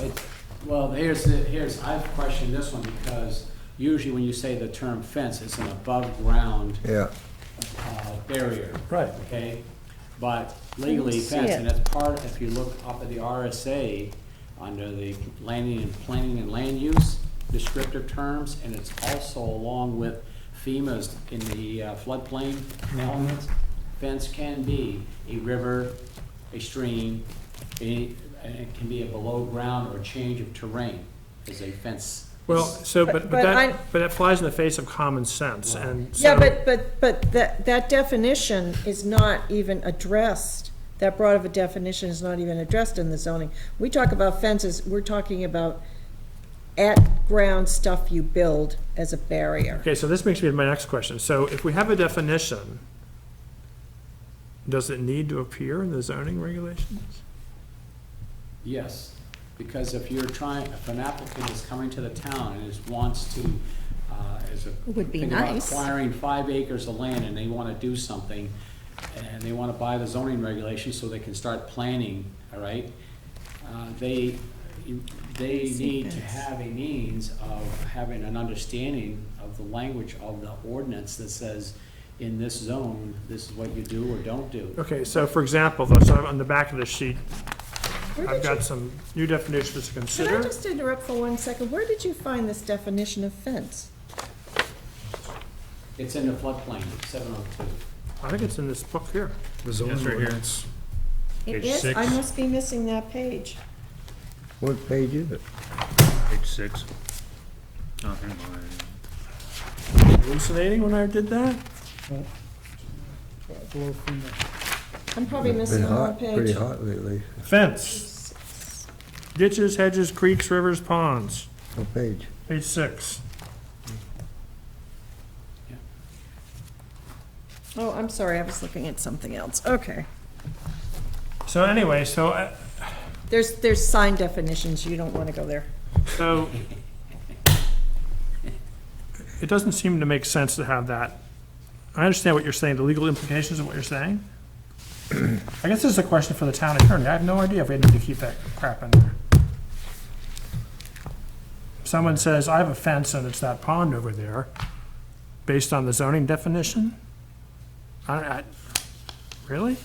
Haven't you ever heard of a fish swimming on a fence? So that's one of those that I think is really strange. Laboratory research is a very strange definition for that.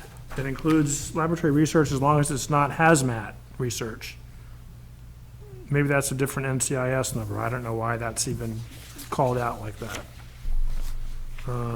Do we need to keep the methadone treatment center definition? That was I'm sure that, I know that was a knee jerk. reaction to probably 15 Couldn't you years, put that 15 years dispensary ago. on that definition? The marijuana dispensary under that? No, because the state has only told us it's retail, we have to have it as Okay, retail. okay. Okay, I can help you answer that. We have what they call authority having jurisdiction, like our 702, the floodplain. That is specific to the FEMA that has its own legal definitions. Mm-hmm. And they have the authority having jurisdiction, and they're the agency that has the power to determine. And so we have to abide by their definitions. Right, and that reference is in here, Correct. different places. So, there are other elements in this methadone thing is from the state having the authority, having jurisdiction. If we didn't have one, we probably wouldn't need that definition in here. But if we have that and the authority having jurisdiction, AKA the state, has said, thou shalt, you gotta comply with this and you're gonna have this. I mean, it is They are the ones who protective. establish it. A lot of this stuff, as you know, comes up when there's a crisis or after there's a crisis. Right, So it may not, appear to be timely, but do you want to take it out and have to put it in again? I mean, It's Just leave it. preventative, so to speak. right, so we don't address Proactive. methadone clinic anywhere in our zoning regulations, right? So we can define things that we're not gonna talk about. Once, I can't give you the rationale for No, you know that, what I mean, right? because it's- Because there's all kinds of things that are coming down the road that we don't have in our zoning, such as, electrical vehicle charging stations. Oh, yeah. Wind and solar installations, we say nothing about that in zoning. Well, there again, I mean, this is an exercise, and you're on the right track, Steve. We have to decide how far we want to dive into this before we do an overhaul of the zoning ordinance. And that's why I thought, if you remember, that it would be good to get into definitions first and just start to, cull out the stuff that's archaic or crazy or lacking, add stuff in. And then the next step would be to look at the table and see if there are any gaping omissions, which there are.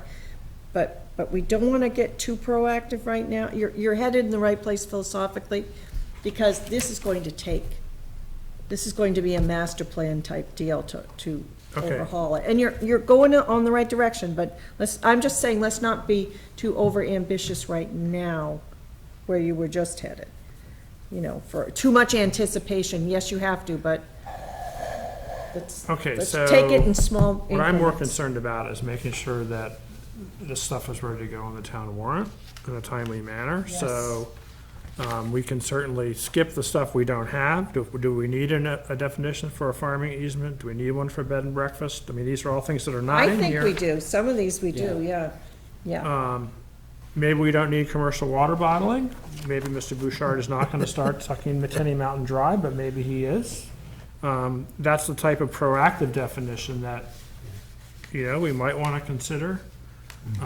We do, solar installation, there is some for building permit and under the auspices of a building permit, and that goes directly to the zoning that speaks to, not the zoning, the RSAs that speak to, private production, residential, individual production on a Oh. small scale. Oh, solar Yeah, and wind, yeah, okay. wind and solar. So that's what I have. No, these are great, I'm just, So do we want to do like a little subcommittee to work on language on the ones the existing ones? Do you have any volunteers besides myself? And we'll take Well, 2 steps if back. If I can get a copy, what I've got, in my office, I've got the RSA definitions, I've got the National Fire Protection Code, I have the International Building Code, I have the North American Classification, okay. So, I've got my list. So you're willing to help us out? Yeah, I'll look these all up, and when I write them down, I write down Okay. each of this, already having jurisdiction, each one, and then we bring that to the meeting, and then the planning board can craft something that can be all-inclusive. my hope is that the process of people applying for a land use permit have a streamlined ability using our existing zoning ordinance so that they can get the land use permit, they can get the building permit and comply with the International Building Code, they go to the fire chief, the life safety and fire codes, so that we don't have what to call the technical infeasibilities. And that's where one agency says yes and the other one says no. And so the people come back and go, okay, what do I do? And then we've had that, and part of this bread and breakfast is a particular one because that's a particular description term of type of housing, temporary, and there are 5 different authority having jurisdictions with their descriptions. And we want to make sure that we are working with all those. Well, Frank, if you'd be willing to do that preliminary work, that would be fabulous. And then I will coerce some fellow board members into, And of course, I'll look at it. Oh, I'll run up the sheet and then I'll give it to her. give it to Sharon, all right? Yeah, Sharon, because, and then she can, And then what I'll probably do is ask some folks to just come in with me and Sharon for an hour, just to help out, to get the wording. And then we'll go from there. Sounds good. And anything else tonight? No, I just want to say that your looking ahead stuff is great. The what? Your future, Oh, the big ticket stuff that's coming or could come, that we don't address at all is good. so I think the farming easement thing came up at the planning conference. They talked quite a bit about that in terms of the amount of agricultural land that New Hampshire's lost in the past 15 years is humongous. And farming easements were a way to keep that land in agriculture and pass it on from farmer to farmer and not have it lost to taxes. So that one I think is worth looking at. That bed and breakfast definition was pulled right off of the PDF file that. Yeah, it's Steve just, I don't know why it isn't in here, but, Any other new business? Any other comments? Frank? I got a comment. My definitions, which I'll hand to her, but one airport, our definition currently in our zoning is existing says Plymouth Municipal Airport. That's not really a definition of an airport. Good point. it's redundant. I have the FAA description of an airport, a heliport, and a helistop, and we have all 3 in the town of Plymouth. Okay, so we should have a definition in specific. I've got that written down on the FAA document. Yep. Should be interested to know that the town of Plymouth is the only town in the state of New Hampshire that has all 6 modes of transportation infrastructure within its bounds. Only town. The other 3 cities that have it are Concord, Manchester, and Portsmouth. The other one that is a definition is basement, and unfortunately, our definition to have in there, it says see floodplain section 702, and you get to that section that says these definitions can only be used for the floodplain section. However, if you go through the National Fire Protection Association, the 5,000, and you look up that word, it has a different description. There's a non-floodplain description and then a floodplain description. The floodplain description on a basement is an area of the lower structure that's surrounded by terrain on all sides.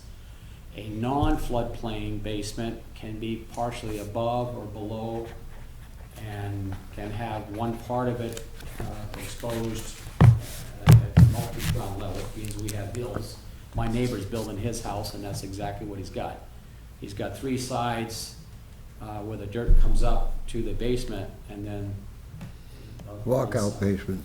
Hmm? It's a walkout basement. It's finished grade. So anyway, so I've got the International Building Code term, the National Fire Protection Code, and then ours. And the other one I had was technically conflicting. Under use, we have a place for office, and it's not allowed in a single-family zone. Unfortunately, you get to the next page and it says, however, If you wanna do a home occupation business, you can do that in any zone. So we need to get that. The other one is a technical infeasibility, which means it's impractical, and that is our off-street parking, where, for a single-family house, under the required minimum standard for off-street parking is 2 spaces, and unfortunately, you get to the accessory section, it says not less than 125% of the minimum required, which is 2.5 spaces. If you, the basic definition of our parking facility is a facility off-street parking for 3 cars or more, and the 125% still doesn't work.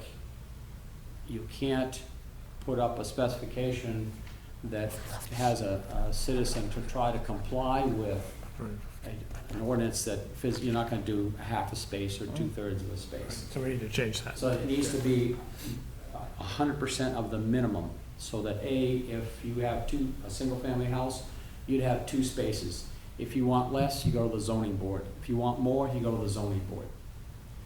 And that's what I've got. Great, awesome. Now, is that in all zones? Correct. Did you get that, Sharon? Did you get that from, I've got all the it's all the book page, I have all the reference, okay, it's all great. written there. So, I didn't get a chance to type it up, but, so it, you know, and it's confusing because you're trying to comply with one chart, and the other, this 125% system came in trying to Yeah, that control was. Walmart, Yeah. but anyway, Do you want a copy of this, Frank? Probably, huh? yes. Okay. Okay. I think we're about done for tonight. Do I have a move to adjourn this phone show? So moved. All right, we're out of here. Oh, did I get?